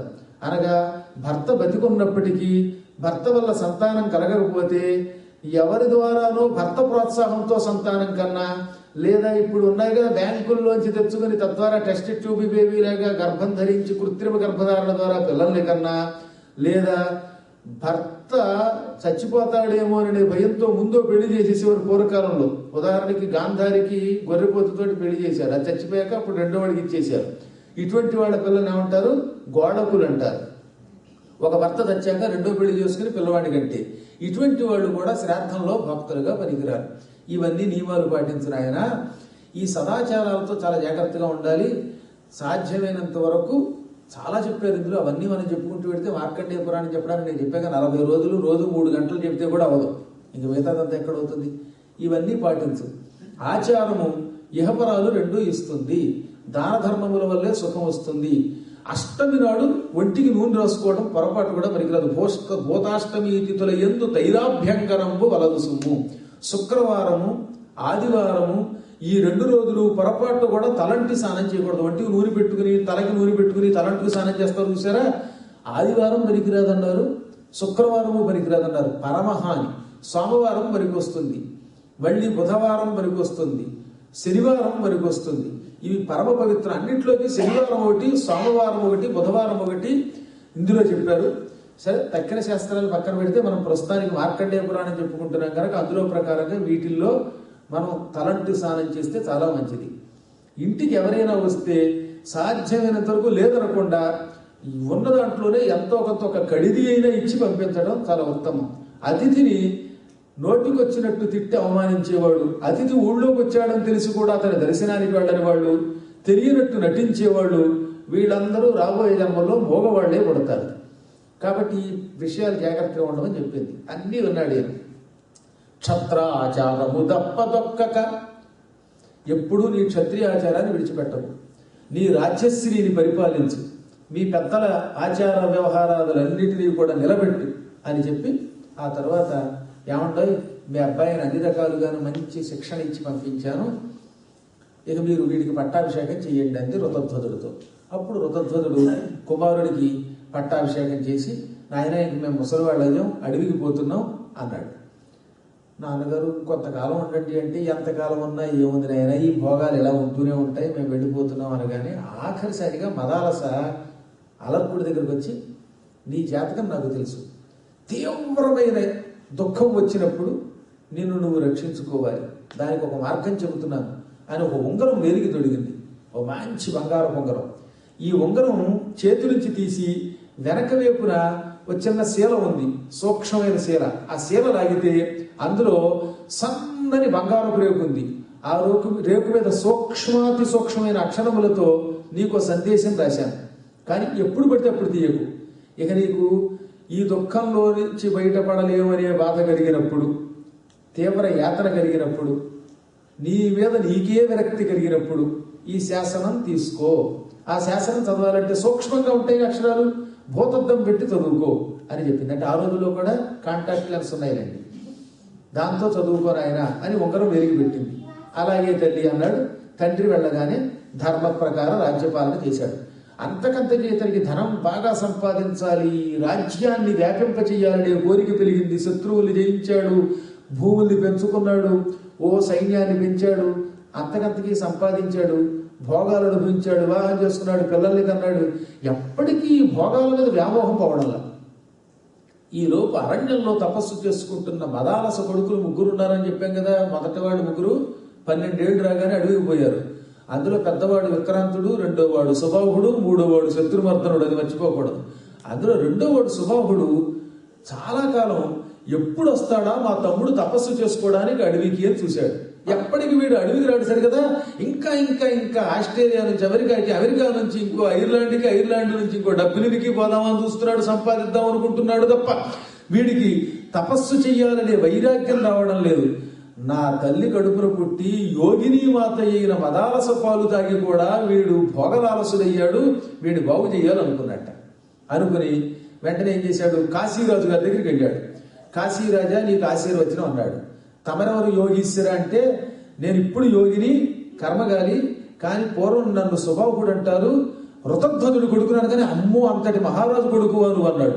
అవునయ్యా, ఇప్పుడు నువ్వు నాకు ఒక వరం ఇవ్వాలి.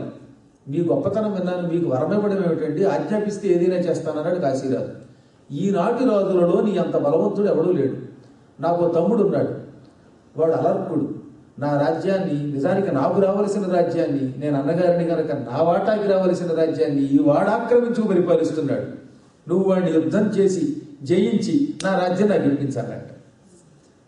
ఈయన వెంటనే ఏం చేశాడు, ముందు రాయబారం పంపుదామండి, కాదంటే చూద్దాం అని ఒక దూత ద్వారా, ఓయి అలర్క, మీ అన్నగారు సుబాహుడు అడవిలో ఉన్నాడు, అతనికి రావలసిన రాజ్యం నువ్వు ఆక్రమించుకుని పరిపాలిస్తున్నావుట. మర్యాదగా మీ అన్నగారికి రాజ్యం ఇచ్చి నువ్వు తప్పుకో పాలన నుంచి, సింహాసనం మీద నుంచి, లేదా నీ అంతం చూస్తానన్నాడు. వెంటనే వీడు పళ్ళు పటపట కొరికి, మా అన్నయ్య వచ్చి నన్ను అడుక్కుంటే నేను ఇస్తాను, మధ్యలో నువ్వెందుకు మీడియేటర్వి, మా అన్నయ్యనే రమ్మను, నేను యుద్ధానికైనా సిద్ధపడతాను, నేను క్షత్రియుడే అన్నాడు. అప్పుడు ఈయన అన్నాడు, సుబాహ నువ్వు అడిగితే మీ తమ్ముడు రాజ్యం ఇస్తానంటున్నాడు కదా, నువ్వే వెళ్ళి అడగచ్చు కదా అన్నాడు. ఏమండో నేను క్షత్రియుడే, మా వాడు క్షత్రియుడు అన్నాడుగా, నేను క్షత్రియుడే, తమ్ముడి దగ్గరికి వెళ్ళి అడుక్కుంటారా, నీకు ఏమైనా ఓపిక ఉంటే నువ్వు క్షత్రియుడివైతే యుద్ధంలో జయించి ఆ రాజ్యం నా వశం చెయ్యి అన్నాడు. దాంతో ఈయన ఇప్పుడే బయలుదేరుతున్నానని మహాసైన్యంతో వెళ్ళాడు. సామాన్యుడు కాదు, అలర్కుడు కూడా ఘోర యుద్ధం చేశాడు. ఈయన తెలివైన వాడు కాశీరాజు. సామధాన భేద దండోపాయాలనే 4 ఉపాయాలు ఉపయోగించి ఈ అలర్కుడి మంత్రుల్ని డబ్బు పెట్టుకునేసి అతని కోశాగారాన్ని దొంగల ద్వారా దోపిడీ చేయించి మొత్తం మీద వాడిని నిర్వీర్యుడి చేశాడు. కొద్ది బలంతో, కొద్ది ధనంతో మిగిలిపోయాడు అలర్కుడు. ఇంకా ఈ కూడా ఉన్న భటులు అన్నారు, మహారాజా కోశాగారము మోసం వల్ల మనం పోగొట్టుకున్నాం. శత్రురాజు చాలా తెలివైన వాడు, మన వాళ్ళందరినీ లాగేసుకున్నాడు. మనకి బలము లేదు, అర్ధబలము లేదు, అంగబలము లేదు. యుద్ధంలో అవమానమో వీరమరణమో తప్పదు. ఇప్పుడు పరిస్థితుల్లో వీరమరణం కూడా దక్కేటట్లేదు. మీరు బందీలై చెరసాల పాలవడం ఖాయం. మహారాజుకు చెరసాలలో ఉండడం కంటే చావడం మంచిది, ఇప్పుడు ఏం చేద్దాం అన్నారు. అప్పుడు వీడి తీవ్రమైన వేదనకి గురయ్యి ఇంట్లో కూర్చుని, ఏం చెయ్యను నేను, యుద్ధం ఇలా పరిణమించింది అని దుర్భరమైన వేదన వల్ల నిద్ర పట్టక ఆలోచిస్తూ ఉంటే అప్పుడు వాళ్ళ అమ్మ ఇచ్చిన ఉంగరం గుర్తుకొచ్చింది. నీకు తీవ్రమైన వేదన వచ్చినప్పుడు ఈ ఉంగరం వెనకాల ఉన్నటువంటి శీలరాగు, అందులో నేను రాసిన ఒక శాసనం ఉంటుందో చదువుకుందిగా. టక్కన ఉంగరం బీకాడు. లోపల సన్నని ఒక బంగారపు రేకు ఉంది. ఆ రేకు మీద ఉన్న అక్షరాలు అసలు కనపడవు, అంత స్పష్టంగా లేవు. చిన్న రేకు కదా అది, అస్పష్టంగా ఉన్నాయి. వెంటనే భూతద్దం పెట్టి చూశాడు. అప్పుడు అందులో చాలా గొప్ప 2 శ్లోకాలు రాసింది ఆవిడ. దానికి మారణ గారి అనువాదం కూడా చాలా అందంగా రాశాడు. సంగము విడువగ వలయును, సంగము విడువంగ కడున శక్యమైనా, చేయంగ వలయు సత్సంగము, సంగ రుజకు ఔషధంబు సద్భజన విలను. నాయన, దుఃఖానికి మూల కారణం సంగము అంటే స్నేహము, వత్తకూడదు, సంఘం కాదు, సంగము. సాంగత్యమే దుఃఖాలకి మూల కారణం.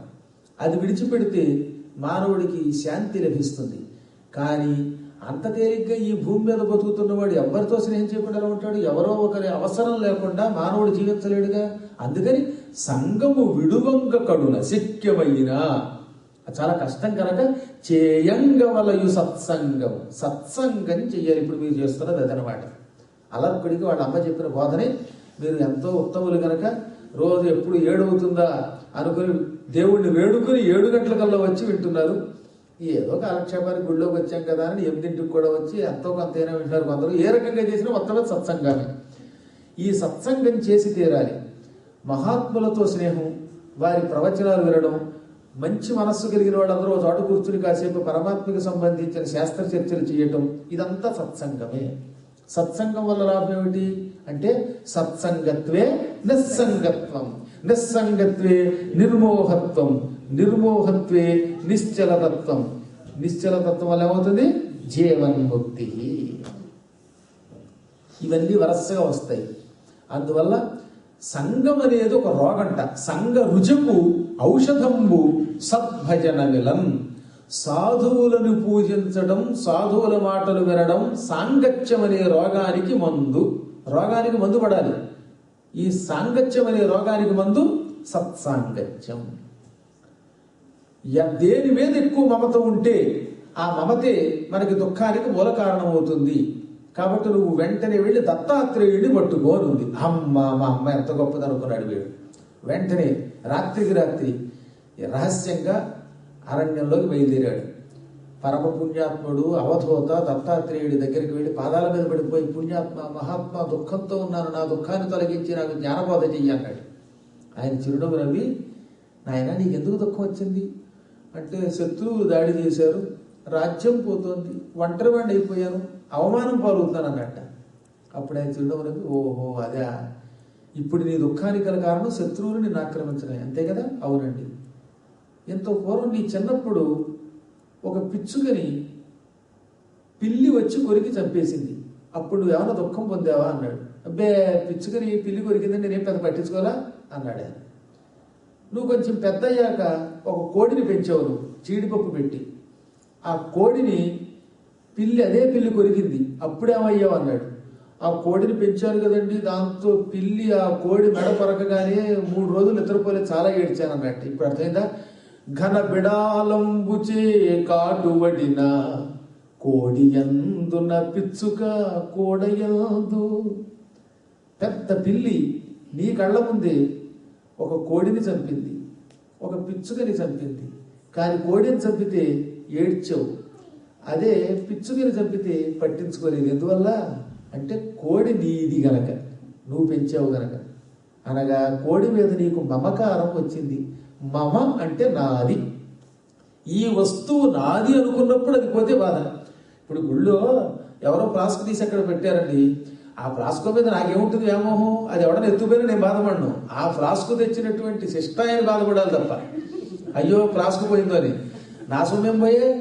అదే ఆ ఫ్లాస్క్ నేనే తెచ్చుకుంటే మాత్రం వెళ్ళేటప్పుడు ఏముండో ఇంకా స్కార్లోకి ఫ్లాస్క్ పెట్టండి అంటాం. అవునా కదా? సృష్టి రహస్యం అది.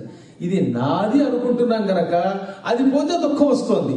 అదే పిచ్చుక ఏదో దాని బతుకు బతుకుతుంది, అది మనది కాదు, అందుకే చచ్చిపోయినా అయ్యో అంటాం కానీ పెద్దగా దుఃఖం చెందాం. మీరు చూస్తారు రోడ్డు మీద యాక్సిడెంట్లు ఎన్ని జరుగుతున్నాయి.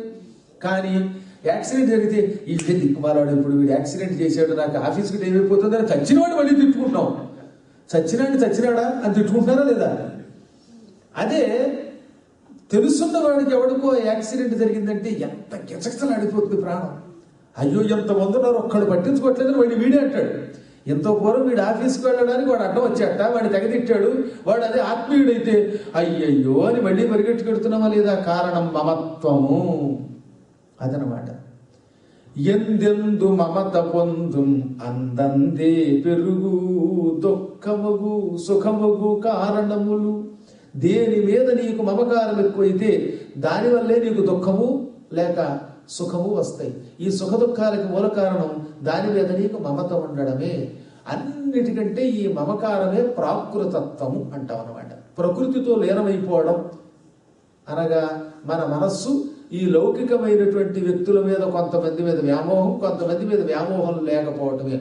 ఒక వ్యక్తిని ద్వేషిస్తే వాడు చచ్చిపోతే ఎంతో ఆనందం పొందుతున్నాం, అదే ఒక వ్యక్తిని ప్రేమిస్తే వాడు దూరం అయితే దుఃఖం చెందుతున్నాం. నువ్వు ఈ రాజ్యం, సంపద, సింహాసనం, కీర్తి, ప్రజలు ఇవన్నీ నావి నావి నావి అని వాటి మీద విపరీతమైన ప్రేమ పెంచుకున్నావు, గాఢ స్నేహం పెంచుకున్నావు. ఈ గాఢ స్నేహం వల్ల, మమత అనురాగాలు పెంచుకోవడం వల్ల అది నీకు దూరం అయితే తట్టుకోలేకపోతున్నావు. నిన్నెంతకాలం అందరూ పొగిడితే ఆనందపడ్డావు, ఒక్క క్షణకాలం ఆ పొగడ్తలకు దూరం అయితే తెగుడుతూ ఉంటే బాధపడుతున్నావు. ఇప్పుడు అర్థమైందా? ఈ రాజ్యం పోని నీదే అనుకుందాం. ఈ ఎంతకాలం ఉంటుంది నీది? ఇవాళ నీది. ఇంతఃపురం ఎవరిది? మీ నాన్నది. అంతఃపురం వాళ్ళ నాన్నది. అంతఃపురం ఎవడ స్థాపించాడో తెలియదు. కాబట్టి ఈ భూమి మీద ఏ వస్తువు మనతో రాదు, ఎవడు మనతో రాడు. ఉన్నంతకాలం ఒక్కొక్కసారి వస్తువు వస్తుంది పోతుంది అనుకో, అప్పుడు ఆ మమకారం నీకు అంటదు.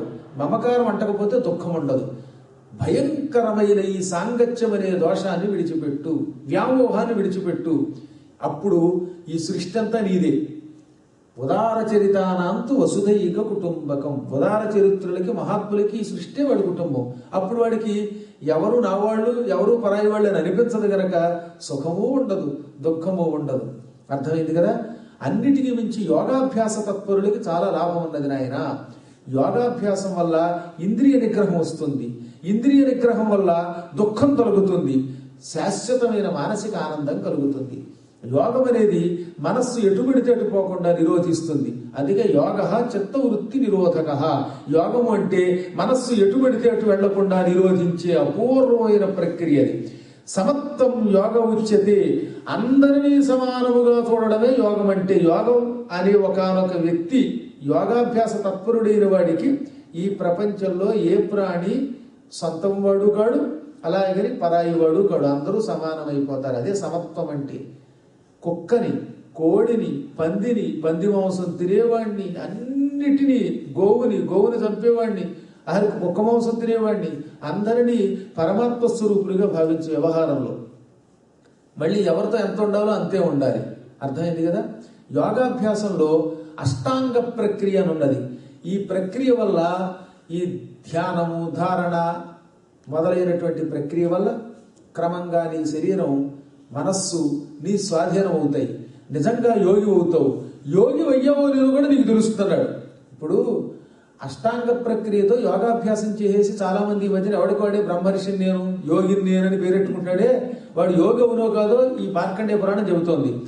ఆరోగ్యంబు అనిష్ఠురత్వము, ఆరోగ్యంబు అనిష్ఠురత్వము, అలౌల్యంబున్ వపుఃకాంతియున్ సౌరభ్యంబును సంస్వరత్వము.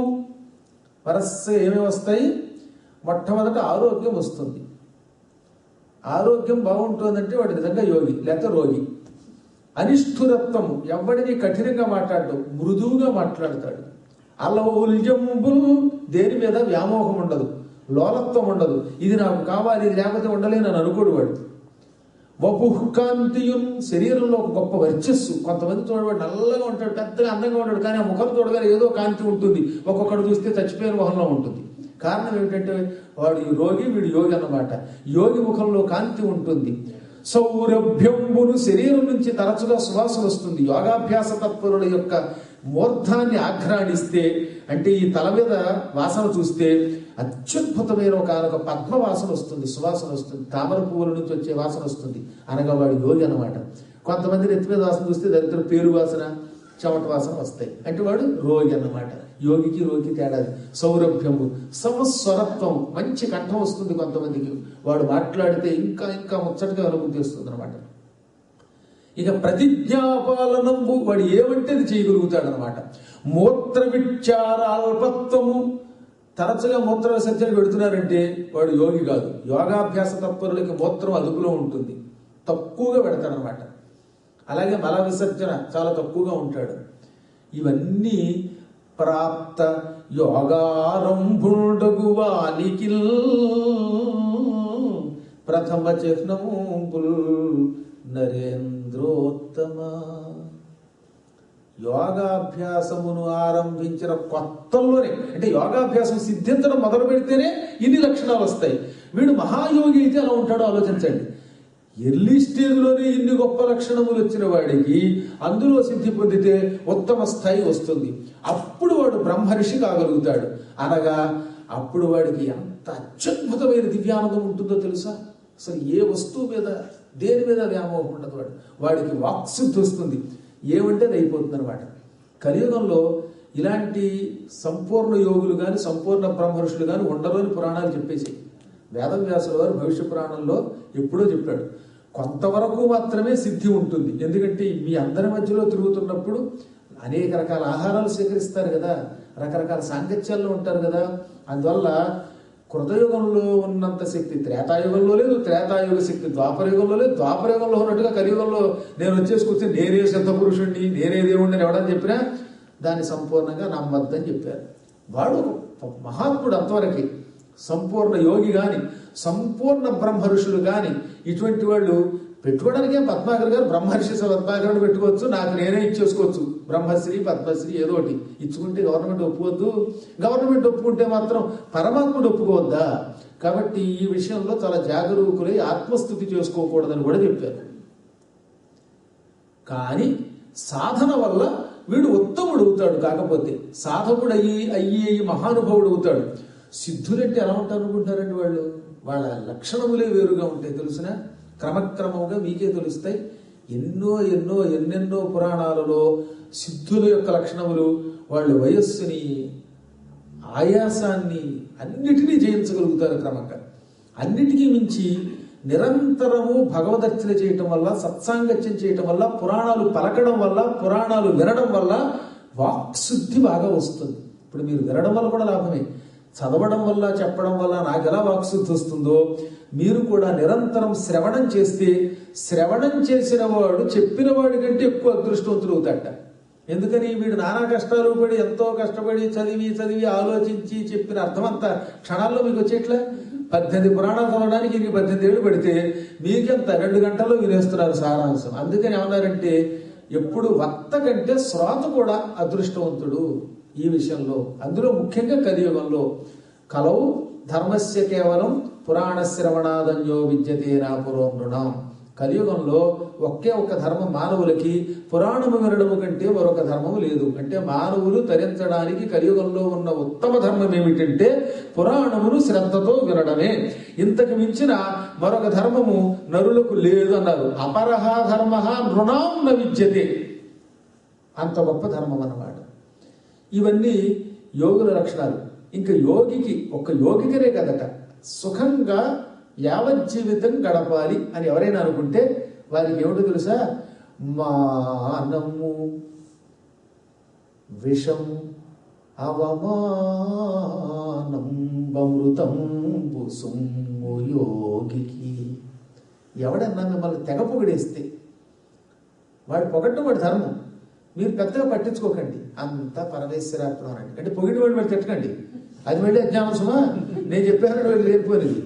పొగడటం పొగిడేవాడి లక్షణం. మీరు ఏదైనా మంచి పని చేస్తుంటే మీరు ఉత్తములండి, వీళ్ళు వేడకు వచ్చి పురాణం వింటారండి, అందరికంటే ముందు వచ్చి కూర్చుంటారని నేను పొగడటం వాళ్ళని నా ధర్మం. కానీ వాళ్ళు మమ్మల్ని మాత్రమే పొగిడారు అని పాపం ఆయనేమో వేసం, ఈవిడేమో ఇలాగా వెలిగిపోవడం.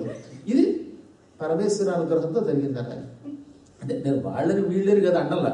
సహజంగా మనకు ఎవరైనా పొగడతలు వస్తూ ఉంటే అన్ని పరమాత్మకి ఇచ్చేయండి.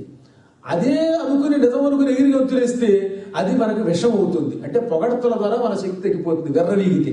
అందుకని మానము విషం అన్నాడు. అవమానం అమృతంబు. అవమానం మాత్రం మనకు అమృతం. ఎవడన్నా తిట్టే కొద్దీ రెచ్చిపోతాం. నిజంగా చెప్పాలంటే నేను పండితుడిని అవ్వడానికి, పౌరాణికుడిని అవ్వడానికి అలా విమర్శించేవాడు నా చిన్నప్పుడు చాలా ఉపయోగపడ్డారు. నా చిన్నప్పుడు చదువుకునే రోజుల్లో జ్యోతిష్కుడు నీ జీవితంలో నీకు చదువు రాదన్నాడు. వాడు అన్నందుకు పట్టుదలతో ఎంఏ గోల్డ్ మెడలిస్ట్ అనిపించుకున్నాను. మొండిగాండి కొంచెం చిన్నప్పటి నుంచి. ఎవడన్నా నీవు ఇది సాధించలేవు అంటే భగవత్ శక్తితో సాధించేవాడిని. ఈ సాధన ఆ సాధన రెండింటితోటి. చెప్పాక అదృష్టం మా తండ్రి గారు లాంటి గురువు దొరికారు. కాబట్టి మనకి ఎప్పుడైనా అవమానం చాలా లాభం. నువ్వెందుకు పనికిరావు అని మిమ్మల్ని ఎవరన్నా తిట్టమనండి, అది మీకు అమృతం అయ్యి మీరు పట్టుదల పెంచుకుని పైకి రావడానికి ఉపయోగపడుతుంది. ఇంకొకటి, మిమ్మల్ని తిట్టడం వల్ల ఇంకో లాభం ఏంటో తెలుసా? తిట్టేవాడు, రోజు మిమ్మల్ని తిట్టేవాడు మీ పాపాలు వాడు తీసుకుంటాడు. మీరు ఎన్ని పాపాలు చేసినా ఇవన్నీ తిట్టేవాడికి వెళ్ళిపోతాయి. వాడి పుణ్యం మీకు వస్తుంది. అందుకని రోజు ఎవరి దగ్గరికి వెళ్ళి నన్ను తిట్టలా అని అడగండి శుభ్రంగా. వాడి వల్ల లాభం ఏమిటంటే వాడి పుణ్యం మనకు వస్తుంది, మన పాపం అడిగిపోతున్నారు. ఎంత లాభం అండి. కామెంట్స్ లో మనకి చెడ్డ కామెంట్ చేసేవాడు ఉంటాడే, ఈ వీడియోలో కూడా కామెంట్లు ఇస్తూ ఉంటారు కొంతమంది. వాడి వల్ల చాలా లాభం మనకి. వాడు మిత్రుడు మనకు అనమాట. వాడు మన పాపం అంతా పట్టుకుపోతాడు. పొరపాటున మనం ఎప్పుడైనా పురాణాల్లో ఏదైనా చెప్పిన దోషాలు, వినడంలో దోషాలు, గుళ్ళోకి రావడంలో దోషాలు, పురాణానికి 7ంటికి రాకుండా 8ంటికి వచ్చిన దోషము, ఈ పాపంతా వాడు పట్టుకుపోతాడు. వాడి పుణ్యం అంతా మనకు వస్తుంది. వాడి దగ్గర పుణ్యం అంటూ ఉంటారు. తిట్టేవాడికి పుణ్యం ఏముంటుందో తెలియదు కాబట్టి ఒకవేళ ఉంటే వస్తుంది మనకి, పోయి కనీసం మన పాపం పోయినా చాలు కదా. అందువల్ల మానమేమో విషము, అవమానం అమృతము కనుక ఈ మానవమానాల విషయంలో మనం చాలా జాగ్రత్తగా ఉండాలి. వస్త్రపోతమైతే నీరు చాలా లాభం. నీటిని పూర్వం ఏం చేసేవారు, మురికి ఉన్నా అందులో నలకలున్నా ఓ వస్త్రం వేసి దాని మించి వడగట్టేవారు. వస్త్రపోతం అవ్వడం వల్ల వడగట్టబడిన నీరులోకి ఎలా అయితే ఈ మరకలు రావో, నలకలు రావో, మానవుడు కూడా అవమానం అనే వస్త్రము చేత ఆత్మ లేక జ్ఞానము అనేటటువంటి పవిత్రమైన నీటిని పొందుతాడు. అది గుర్తుపెట్టుకోవాలి. యోగులు ముఖ్యంగా భోగాలకు అస్సలు లొంగకూడదు. ఇంకొకటి చెప్పాడు, అన్నిటికంటే మహా దుఃఖానికి మూల కారణం ఏంటో తెలుసా? ఎప్పుడైనా పెద్ద పెద్ద ట్రస్టుల్లో మనం గొప్ప గొప్ప ధార్మికమైన సంస్థల్లో ఈ నిధులుంటే వాటి చారిటబుల్ ట్రస్టులు వాటిల్లో మాత్రం మెంబర్షిప్కి సాధ్యమైనంత వరకు ఉరకలేయకండి. పొరపాటు జరిగిందంటే మాత్రం ఆ పాపం మనం అనుభవిస్తాం. బాగున్నంత వరకు పర్వాలా, ఇప్పుడు ధర్మ సంస్థలు చాలా హాయిగా సాగుతున్నంత వరకు పర్వాలా. పొరపాటు ఎప్పుడో ఒకప్పుడు ఏ గుళ్ళోనో ఒక 50 లడ్డూలు రహస్యంగా పట్టుకుపోయి ఇంట్లో మనం ప్రసాదం తినాలనిపించింది అనుకోండి, ట్రస్ట్ బోర్డు మెంబర్గా ఉన్నప్పుడు మహాపాపం వచ్చేదాంట్లో కుక్క జనం పెంచుతామట. అందుకని ఏం చెప్పాడంటే అసలు మాఠాపత్యం, ఈ మఠాధిపత్యాలు లాంటి వాటికి మనం పొరపాటు కూడా అడగకూడదు. ఎంత జాగ్రత్త తీసుకున్నా పొరపాటు జరుగుతుందేమో కాబట్టి, సరే ఏ పొరపాటు జరగకుండా చూసుకుంటే ఎప్పుడు ఇబ్బంది లేదు. కానీ జరుగుతుందేమో నీ మనస్సు బలహీనతతో ఉంటే మాత్రం వాడి జోలికి వెళ్లకుండా జాగ్రత్తగా ఉండు మహారాజా అన్నాడు. ఎందుకంటే పూర్వం కొన్ని గొప్ప దేవాలయాలన్నిటికీ రాజులే అధ్యక్షుడిగా ఉండేవారు. అందులో ఉన్న వాళ్ళేమో ఈ రోజు వీడు చూడలేడు కదా లెక్కలో, వాళ్ళు ఎవడన్నా పాపాత్ముడో ఏదో చేశాడు అనుకోండి, దాని మీద అధ్యక్ష స్థానంలో ఉన్నవాడికి కూడా పాపంలో వాటా ఉంటుంది. నాకేం తెలియలేదంటే కుదరదు. ఒక కారు మనం ఓనర్లో కొన్నాం, డ్రైవర్కి అడుగుగా ఇచ్చాం, రేపొద్దున ఈ డ్రైవర్ యాక్సిడెంట్ చేసిన ఓనర్దే కేసు అంతా.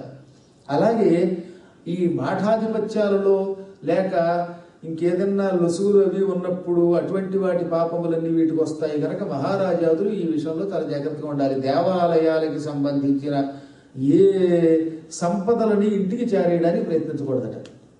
దేవస్వము, గోస్వము, విప్రస్వం అని 3 ఉన్నాయి.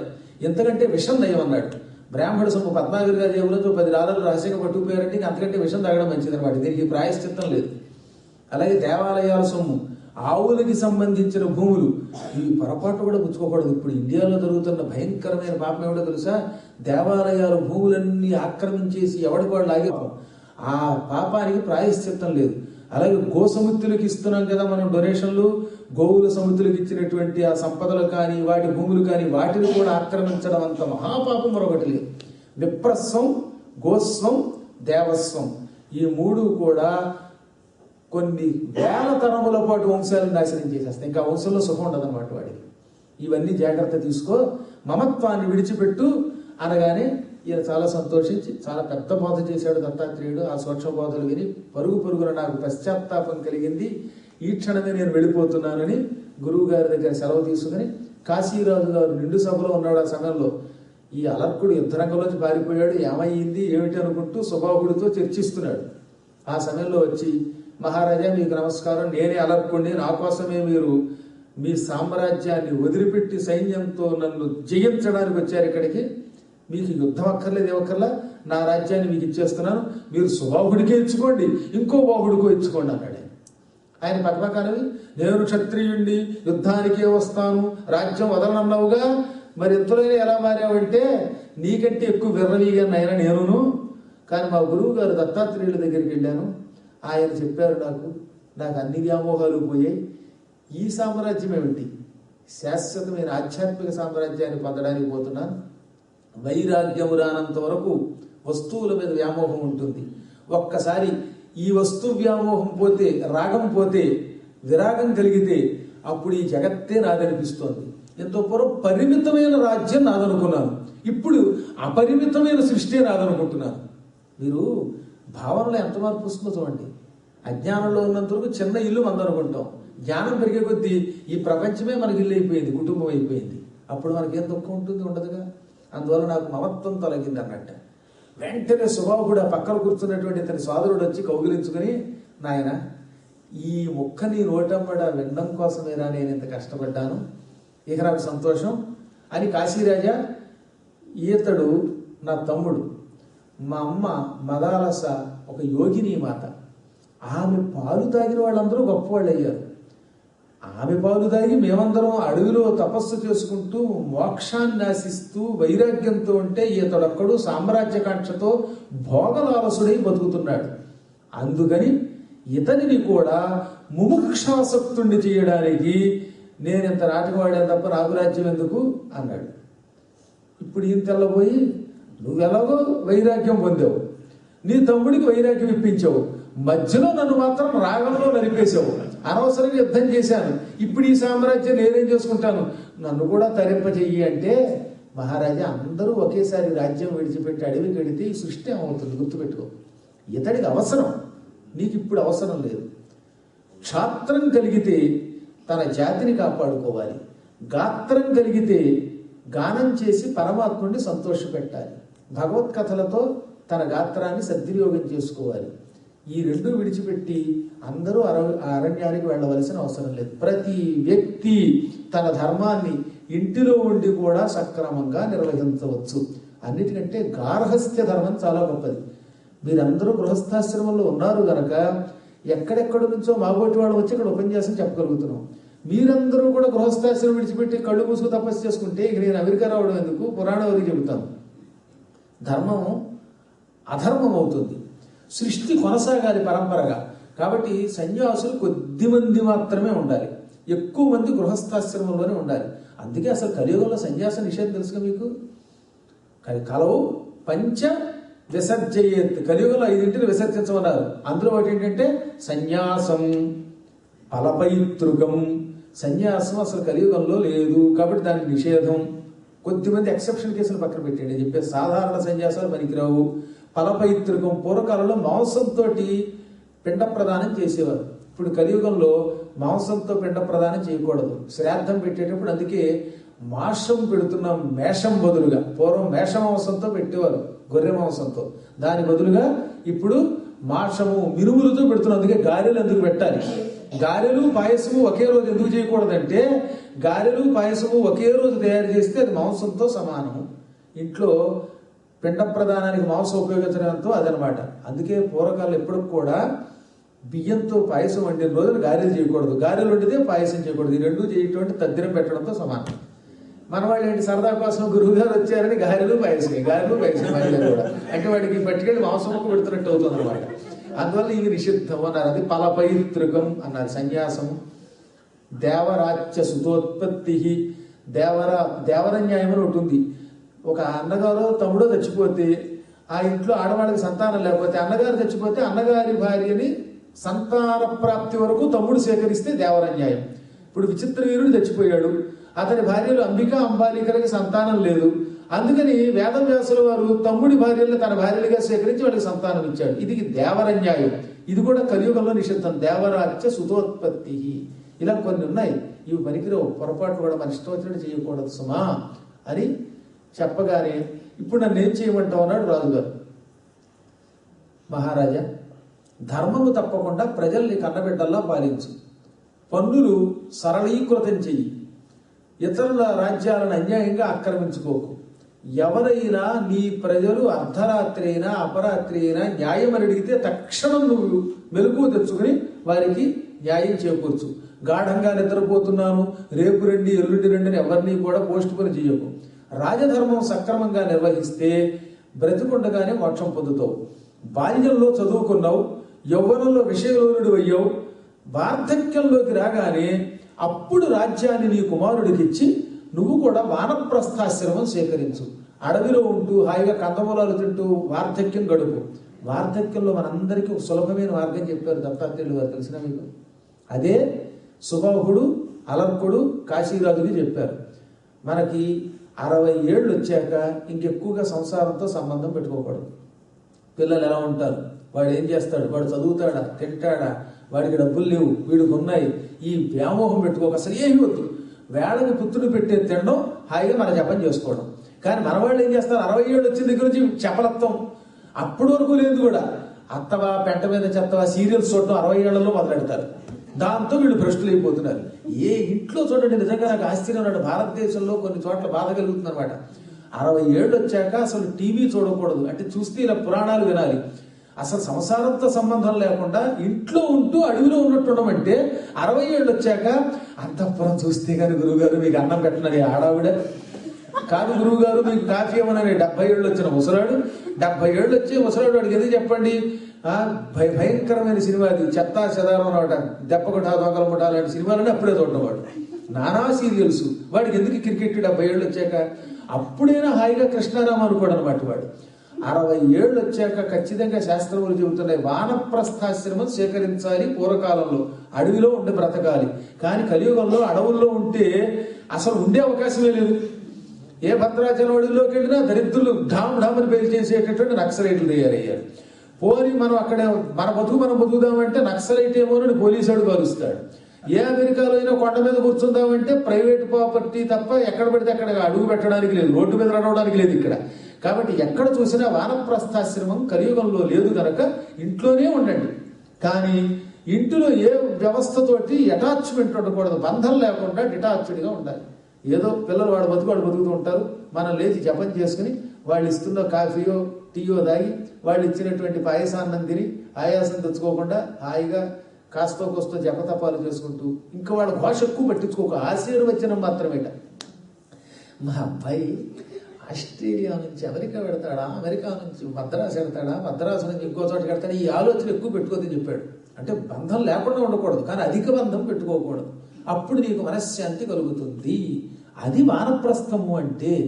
వనములో ఉన్నవాడు ఎట్లుంటాడో నీవు ఇంట్లో ఉంటూ కూడా అలా ఉండడం. చెప్పడం తేలిక, కానీ వ్యవహారంలో కష్టమైనా ఆచరించడం కష్టం కదా. అలా ఉంటే వాడు రాజ్యంలో ఉండి కూడా, ఇంటిలో ఉండి కూడా, భోగాల్లో ఉండి కూడా సుఖంగా ఉంటాడు. జనకుడు అలా ఉన్నాడు. అందుకని జనకుడు విదేవుడు అన్నారు.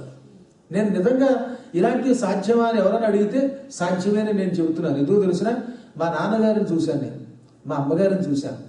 మనుష్యుల్లో ఇలాంటి వాళ్ళని చాలా మందిని చూశాను. ఒక్కనాడు కూడా ఆయన నువ్వు ఏం ఉద్యోగం చేస్తున్నావు, ఎంత సంపాదన, ఏమీ లేదు. 70 ఏళ్ళు 80 ఏళ్ళు 85 ఏళ్ళు బతికారు ఆయన హాయిగా. అంతవరకు పద్యాలు రాసుకున్నారు, పురాణాలు చదువుకున్నారు. మేము అడిగితే పురాణాలు చెప్పారు. ఒక్క రూపాయి మమ్మల్ని అడగరా, ఒక్క వస్తువు అడగలేదు. అసలు ఇంత సంసార బంధం లేకుండా మానవుడు ఉంటాడా అంటే ఉండేవారు ఆయన. ఎవరితో ఎక్కువ మాట్లాడు, ఏకాంతంగా ఉండేవారు ఆయన. హాయిగా మౌనంగా ఉండాలంటే అధికంగా అరవకూడదు. ఎక్కువగా అరిచి ఎక్కువగా మాట్లాడి వార్ధక్యంలో చేస్తే వాడు భ్రష్టుడైపోతాడని చెప్పారు. అందుకని మౌనముగా జపతపాలు. మేము వచ్చి అడిగితే మాత్రం సందేహాలు తీర్చేవారు, ఆశీర్వదించేవారు. ఎరా నీకు ఎంత వస్తుందిరా, ఎకరం కొన్నావా, అయ్యేమి ఎకరము లేదు ఇంకోటి లేదు. ఆయన ఎకరమే అయిందనమాట, నికరం. పోనీ ఆయన అంటే అనుకోవచ్చు, అమ్మగారు కూడా నండి ఇప్పటికి కూడా. నాన్నగారు వెళ్ళిపోయారు, కానీ నాకు ఎంత ఆశ్చర్యం అంటే 85 ఏళ్ళు నుండి 86 ఏళ్ళు వచ్చాయి మా అమ్మగారికి. ఆరోగ్యంగా ఉంది దేవుడి దేవుళ్ళ. ఇంతమంది పిల్లల దగ్గరికి వెళ్ళినా ఒక్క రూపాయి అడగదు, అసలు వాళ్ళ వ్యవహారాలు అడగదు. హాయిగా రామకోటి రాసుకుంటూ వీలున్నంత వరకు ఎప్పుడైనా మాలాంటి వాళ్ళ ఉపన్యాసాలు వినడం తప్ప లౌకిక ప్రపంచంతో పెద్దగా సంబంధం లేకుండా ఉంటే వాళ్ళని వానప్రస్థులు అంటారు అన్నమాట. మనం సాధనతో ఇది చెయ్యొచ్చు. ఏదో జరిగింది, ఉద్యోగాలు అయిపోయి 60 ఏళ్ళు 70 ఏళ్ళు వచ్చి ఇంకెందుకు మనకి. మీరు చాలా నా దృష్టిలో మీరు వానప్రస్థులు. ఎందుకంటే 40 ఏళ్ళకి 30 ఏళ్ళకి 60 ఏళ్ళకి వీళ్ళు రకరకాల వయసు వాళ్ళంతా చక్కగా సాయంత్రం 7 అవగానే ఇక్కడికి వచ్చి కూర్చొని పురాణం వింటారంటే నా దృష్టిలో మీరు నిజంగా అవధూతలు, సందేహం లేకుండా. ఎందుకని ఆ లక్షణమే లేకపోతే ఇక్కడికి రాలేరు కనుక. ఏ రకంగా అయినా పరమేశ్వర అనుగ్రహం వల్ల సంసార బంధములు తాపత్రయములకు వెంట ఎక్కువ పడకుండా ఉండాలి ఒక వయస్సు వచ్చాక అన్నారు. ఇప్పుడు ఇలాంటి వాళ్ళు సంసారాన్ని విడిచిపెడితే ప్రమాదం. ఎందుకని, వీళ్ళు సంపాదించాలి, కష్టపడాలి, పిల్లల్ని పైకి తీసుకురావాలి. అదే చెప్పాడు కదా రాజుగారికి, మహారాజా నువ్వు రాజ్యపాలన చెయ్యి, వార్ధక్యంలో అప్పుడు నువ్వు వాడితో సంబంధం లేకుండా ఉండు. అంతేగాని ఒకేసారి సంబంధం లేకుండా వెళ్ళకూడదు. ఇదే నిజమైన మోక్ష మార్గము అనగానే ఆయన సంతోషించాడు. సుబాహుడు అలర్కుడు అరణ్యానికి వెళ్ళారు. అలర్కుడు తన పెద్ద కొడుక్కి తిరిగి రాజ్యం వెళ్ళి ఆయనకి ఇచ్చేసాడు కదా కాశీరాజు గారు. అందుకని పెద్ద కొడుక్కి పట్టాభిషేకం చేసి వెళ్ళి యోగాభ్యాసంతో వెళ్ళిపోయాడు. కాశీరాజు గారు కూడా ధర్మం తప్పకుండా రాజ్యపాలన చేశాడు. ఆయన ఈ బోధనని దృష్టిలో పెట్టుకుని సుఖంగా ధర్మ సంబంధమైన కార్యాలతో ప్రతి చివరి రోజుల్లో వైరాగ్యంతో జీవించాడు. అప్పుడు చిట్ట చివరి క్షణాల్లో అలర్కుడు, ఆహా మా అమ్మ ఎంత బోధ చేసింది, నా అదృష్టం సద్గురువు దత్తాత్రేయుడు దొరికాడు అని అంత్యకాలంలో దత్తాత్రేయుడి పాదపద్మాలను తలుచుకున్నాడు. వెంటనే ఈయనకి వైకుంఠం వచ్చింది. ఇదంతా జడుడు చెబుతున్నాడని మర్చిపోకండి, జడోపాఖ్యానం ఇది. సరిగ్గా మాట్లాడకుండా ఇంట్లో వాళ్ళ నాన్నని ఏడిపించాడే భార్గవుడు అనేవాడు కొడుకు జడుడు. తండ్రి ఇప్పుడు అర్థమైంది కదా, కావున అయ్యలర్క విభుకై వడి నీవును ఆత్మయోగమును భావన చేసి పొందుము. ఆ అలర్కుడిలాగే నువ్వు కూడా మనస్సులో భావించు, సంబంధాన్ని విడిచిపెట్టు, నా గురించి ఆలోచించకు, నీ మోక్షాన్ని వెతుక్కో అని తండ్రికి చెప్పి తండ్రి దగ్గర సెలవు తీసుకుని ఈ బాలుడు జడుడు దత్తాత్రేయుడి ఆశ్రమానికి వెళ్ళిపోయాడు. భార్గవుడు కూడా ఆ రోజు నుంచి దుఃఖం విడిచిపెట్టాడు. ఈ పుత్రులు, ఈ పుత్రికలు, ఈ సంపదలు ఇవన్నీ వ్యర్థమని గ్రహించాడు. వాటి మీద తామరాకు మీద నీటి కొట్టిలా అంటకుండా ఉండి సంసార బంధాన్ని నుంచి విముక్తి పొందాడు అని క్రోష్టుకి మార్కండేయుడు ద్వారా విన్న కథని మార్కండేయుడు క్రోష్టుకి చెప్పాడు కాబట్టి మార్కండేయ పురాణం. ధర్మపక్షులు జైమినికి చెప్పే. అప్పుడు ఆయన ఆశ్చర్యపోయి, మీరు పక్షుల నిరక్షర కుక్షుల్ని కూడా మహా అక్షరాస్యుల్ని చేయగలిగే ధర్మపక్షులు, నా అదృష్టం వల్ల మీలాంటి ధర్మపక్షులు దొరికాయి. ఇప్పుడు నాకు సృష్టి వికాస ధర్మాలను గురించి చెప్పమనగా అప్పుడు చెప్పాడు ఆయన. ఒకప్పుడు బ్రహ్మదేవుడు గొప్ప యోగనిష్టలో ఉన్నాడు. ఆ యోగనిష్టలో ఉండి కళ్ళు విప్పాడు. విప్పగానే ఆయన కంటి నుంచి మహాపురుషుడైనటువంటి ఒక వ్యక్తి పుట్టాడు. అతనికి ధర్మదేవత అని పేరు. ఆ తర్వాత ఆయన మళ్ళీ ఇంకో జన్మ ఎత్తాడు, వేరే విషయం. మొదట్లో ధర్మదేవత అతని శరీరం నుంచి ఆవిర్భవించింది. ఆ తర్వాత ఆయన మనస్సంకల్పంతో ప్రజాపతులు అని పిలువబడేటటువంటి వాళ్ళని మహామునుల్ని సృష్టించాడు. అది వాళ్లే దక్షుడు, మరీచి, అంగిరుడు, పులస్తుడు, పులహుడు, క్రతువు, భృగువు, వీళ్ళంతా ప్రజాపతులు. ఈ ప్రజాపతులు సృష్టించాక వీరికి కొంతమంది భార్యలను ఇచ్చాడు. ఇంకా సృష్టి చేయాలనిపించింది. అప్పుడు ఆయనకు ఒక కోరిక కలిగింది. ఎంతకాలము నేను మాత్రమే సృష్టి చేస్తే ఎలాగా అని తన కుడి చేతు నుంచి ఒక మహాపురుషుడిని సృష్టించాడు. ఆ కుడి చేతు నుంచి పుట్టినటువంటి వాడి బ్రహ్మ నుంచి పుట్టాడు కనుక స్వయంభూ అంటే బ్రహ్మ. అతని నుంచి పుట్టాడు కనుక అతనికి స్వయంభువు అని పేరు వచ్చింది. మొట్టమొదటి మనువు స్వయంభువ మనువు. ఎడమ వైపు నుంచి భుజం నుంచి ఒక అందగత్తె పుట్టింది. ఆమెకి శతరూప అని పేరు పెట్టారు. అంటే కొన్ని వందల అందాలు కూడా ఆమెలో ఇరుక్కుపోయేవిట. అనగా ఆనాటి ఏ సుందరీమణి ఆవిడ కాలిగోటికి సరిపోదు. అనేక సౌందర్యములను తనలో ఇముడ్చుకున్న కారణము చేత ఆవిడ శతరూప అన్నారు. వీరిద్దరిని మొదటి భార్యాభర్తల్ని చేసి ఇప్పటి వరకు నేను నా మహిమతో సృష్టించాను. ఇక నుంచి మీరు దాంపత్య సుఖం ద్వారా సంతాన ప్రాప్తి పొందండి, స్త్రీ పురుష సంయోగం ద్వారా సంతాన ప్రాప్తిని లోకానికి అందించండి అనగా ఈ శతరూప స్వయంభూ వల్ల ఇద్దరు కొడుకుల్ని కన్నది. ఒకడు ప్రియవ్రతుడు, రెండోవాడు ఉత్తానపాదుడు. అందులో ప్రియవ్రతుడికి మళ్ళీ ఇద్దరు కొడుకులు, ఇద్దరు కూతుళ్ళు పుట్టారు. ఉత్తానపాదుడికి కూడా ధ్రువుడు, ఉత్తముడు అని ఇద్దరు కొడుకులు పుట్టారు. ఈ మొదటి మనువు కాలంలో బ్రహ్మగారు ఒక రోజున సాయం సంధ్యా సమయంలో పెద్దగా ఆవులించాడు. బద్ధకంతో ఉన్న ఆయన నోట్లోంచి ఒక భయంకర పురుషుడు పుట్టుకొచ్చాట. అందుకే ఎక్కడ పడితే అక్కడ ఆవులించకూడదు, ఎప్పుడు పడితే అప్పుడు నిద్రపోకూడదు. బ్రహ్మకు కూడా బద్ధకం వస్తే ఆ బద్ధకం వల్ల ఓ దరిద్రుడు పుట్టాట. వాడికి దుస్సహుడు అని పేరు పెట్టారు. వాడు నల్లని రూపంతో పుట్టడంతో కనిపించిన వాడు కనిపించినట్టు గుటుక్కు గుటుక్కని మింగేయడం మొదలెట్టాడు. వీడు ఆకలి మండిపోయిన వాడు అమెరికా వాళ్ళు ఆకలి లాంటిది అనమాట. ఎంతంత గ్లాస్తో కాఫీ తాగుతాడు, మళ్ళీ కాసేపు నాకు ఆరెంజ్ జ్యూస్ తాగుతాడు, జ్యూస్ తాగిన తర్వాత పిజ్జా తింటాడు, పిజ్జా తిని బొంచ పెంచుకుంటాడు, ఏమిటో తెలియదు. వాళ్ళు అలా తింటూనే ఉంటారు. అలాగే వీడు అంతలోనే మనిషిని తిన్నాడు, అంతలోనే ఏదో తాగాడు, మళ్ళీ ఇంకోటి. దాంతో బ్రహ్మగారు ఆశ్చర్యపోయి, ఏమి తిండిరా, సముద్రాలు తాగేస్తున్నావు, నువ్వు భూమి మీద ఉంటే కష్టం రా నాయన, ఇలా ఎడాపెడా తినడం తాగడం చెయ్యకంటే ఏం చెయ్యను తండ్రి, నువ్వు నన్ను ఏ ముహూర్తంలో సృష్టించావో ఆకలి దాహం అన్నాడు. అయితే ఓ పని చెయ్యి, నీకు సూక్ష్మ రూపం ఇస్తాను, ఈ సూక్ష్మ రూపంతో జనాన్ని పట్టుకో, వాళ్ళ ఇళ్లలో పడి కడుపు నిండా తినన్నాడు. అనగా అన్నాడు మళ్ళీ వాడు, ఇక మీదట క్రమంగా జనం పెరుగుతున్నారు కదా నాయన, ఈ జనాల్లో సూర్యోదయ సూర్యాస్తమయ సమయాల్లో నిద్రపోయేవాడని పట్టుకోపో, వాళ్ళ శరీరాలు ఆవహించి వాడు తినేదాన్ని తిను, అప్పుడు వాడికి బద్ధకం పెరుగుతుంది, నువ్వు వాడిలో ఉన్న ఆహారం తింటావు కనుక వాడికి అనారోగ్యం వస్తుంది. అదే నీకు ఆహారం అంటే దుర్బుద్ధులను మాత్రమే నువ్వు ఆహారంగా తీసుకో. జుట్టు విరబోసుకుని ఎప్పుడు పడితే ఎప్పుడు తిరుగుతూ ఉంటారే, మొగుడు పోయినప్పుడు కొన్ని సందర్భాల్లో తప్ప ఎళ్ళవేళలా జుట్టు విరబోసుకోకూడదు. అలా జుట్టు విరబోసుకున్నవాడు పట్టుకో, మళ్ళీ నా మీద పడకండి, నేను అలా మార్కండేయ పురాణంలో చెప్పారు. అలాంటి వాళ్ళని పట్టుకో. గడప మీద కూర్చుని భోజనం చేసేవాళ్ళు, అస్తమానం పేరు చూసుకునేటటువంటి వాళ్ళు, నిరంతరం క్రోధావేశాలతో ఉండేవాళ్ళు, దురాచారాలతో ఉండేవాళ్ళు, నిత్య మాంసభక్షకులు, సురాపానమత్తులు, ఈ ఇష్టం వచ్చినట్టు కాముకులై తిరిగేవాళ్ళు, ఇటువంటి వారందరినీ ఆవహించు. అంటే నువ్వు దురాచార సంపన్నుల మీద పడుండు. వాళ్ళందరినీ దురాచారాలు ఇంకా చేసేలా చెయ్యి. ముఖ్యంగా కలియుగంలో సామ్రాజ్యం నీది రాసిచ్చేశాను. ఎక్కువ మంది దురాచార సంపన్నులు, వాళ్ళు చేసే చెడ్డ పనులు నీకు ఆహారమై నీ కడుపు నింపు గనక. అనగా ఒక నీచుడు ఉన్నాడు, వాడు వేళకి స్నానం చేయకుండా పళ్ళు తోముకోకుండా తిన్నాడు అనుకోండి, అప్పుడు వాడి కడుపు నిండుతుందట. ఈ విధంగా దురాచారములనే ఆహారంగా స్వీకరించు. నిన్ను దుస్సహుడు అంటారు. ఇక నీకు భార్యను ఇస్తున్నాను అని రాత్రి అని పేరు కలిగినామని నిశని భార్యగా ఇచ్చాడు. ఈ నిశకి దుస్సహుడికి చాలా మంది కొడుకులు పుట్టారు. ఒకడు మద్యపానం, ఒకడు జోదం, మరొకడేమో అతినిద్ర, మరొకడేమో నాస్తికుడు.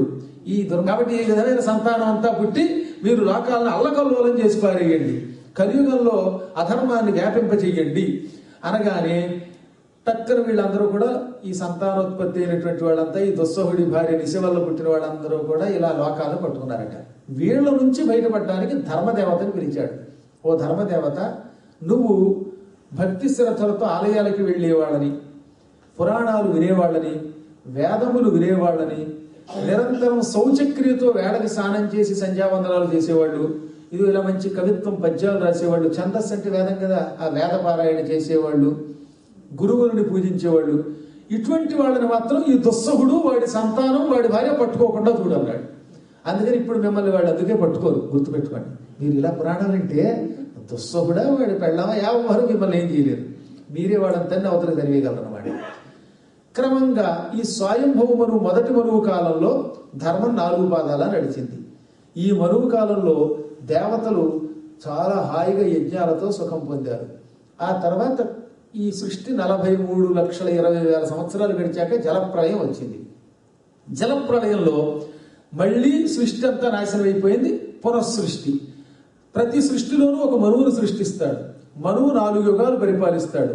ఆ 4 యుగాలు కృతయుగం, త్రేతాయుగం, ద్వాపరయుగం, కలియుగం. 4 యుగాలకి కలిపి 43,20,000 సంవత్సరాలని మొదటి రోజు కూడా చెప్పాను. ఇంతకాలం ఒక మనువు పరిపాలనలో ఉంటుంది గనక దానికి ఒక మన్వంతరం అని పేరు.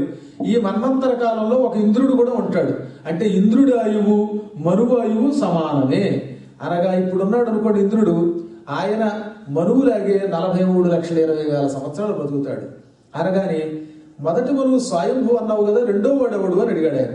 అయితే చెబుతున్నా వీరు, మొదటి వాడు స్వయంభువు, రెండో వాడు స్వారోచిషుడు, మూడో వాడు తామసుడు, 4వ వాడు ఉత్తముడు, 5వ వాడు రైవతుడు, 6వ వాడు చాక్షుషుడు, 7 వైవస్వత మనువు. ఆ తర్వాత 5 సావర్ణులు అనగా సూర్య సావర్ణి, దక్ష సావర్ణి, మేరు సావర్ణి, రుద్ర సావర్ణి, బ్రహ్మ సావర్ణి అని 5 మనువులు. ఆపై ఇంకో 2 రౌచ్యుడు, భౌత్యుడు. మొత్తం 14 మంది మనువులు. అనగా రెండో మనువు చరిత్ర చెప్పమన్నాడు. అబ్బా ఎంత గొప్పదండి! ఇందులో కథనే అల్లసాని పెద్దల వారు మనువు చరిత్రగా రాశాడు. మార్కండేయ పురాణంలో 128 పద్యములలో 2వ మనువు సారోచిషుడి కథని రాశాడు వేదవ్యాసుల వారు. అదే 600 పద్యాలతో ఒక పెద్ద ప్రబంధకార్యంగా కావ్యంగా కూడా అల్లసాని వారు తీర్చిదిద్దారు. చాలా అత్యద్భుతమైన సారోచిషు మనువు అంటే. ఆ కథాక్రమంతో రేపు మళ్ళీ మనం 5వ రోజు కార్యక్రమంలో కలుసుకుంటాం. నేను చెప్పాగా పెద్ద ఉద్గ్రంథం మార్కండేయ పురాణం. దాన్ని ఏమో చెక్క చెక్క చెక్క చెక్క మీకు సారాంశం అందిస్తున్నాను. ఏది ఏమైనా మీరంతా పుణ్యాత్మలు, మీరు నన్ను అనుగ్రహిస్తున్నారు ఒక విధంగా. ఈ పురాణాలు మేము చదువుకోవడమే కాకుండా పదే పదే ఇతరులకు చెప్పగలుగుతున్నాం అంటే మీలాంటి ఉత్తములు ఉండాలి. కాబట్టి మిల్పిటాస్ ఇది మిళిత పీఠం అనమాట. మేలుపీఠం అంటున్నారు కానీ మేలు అనేది తెలుగు పదం. మేలుని పీఠంతో సమాసం చేయలేం కనుక మిళిత పీఠం అంటే ధర్మ మిళిత పీఠం అని అర్థం అనమాట. అంచేత ఈ మిళిత పీఠంలో నన్ను కూడా మిళితం చేసుకుని నాకు ఇన్ని పురాణాలు చెప్పే భాగ్యం ఇస్తున్నందుకు వ్యవస్థాపకులు పరమ పుణ్యాత్ములు కదండి. ఆ మహానుభావుడు మారేపల్లి వెంకట శాస్త్రి గారు లాంటి ఉత్తములు భూలోకంలో అరుదుగా పడతారు. ఆ పుణ్యాత్ముడిని అనుసరించి మీరంతా దీన్ని అభివృద్ధి చేస్తూ ఆలయం 10 మంది చూడాలి, ఆలయం అంటే నిజంగా ఒక వైకుంఠంలో ఉండాలని తయారు చేస్తున్న మీరు అందరికీ కూడా పదే పదే ధన్యవాదాలు చెబుతూ మంగళాశాసనాలు చేస్తూ స్వస్తి ప్రజాభ్య పరిపాలయంతాం న్యాయ్యేన మార్గేణ మహీం మహీశాః గోబ్రాహ్మణేభ్యः శుభమస్తు నిత్యం లోకాः సమస్తాः సుఖినో భవంతు.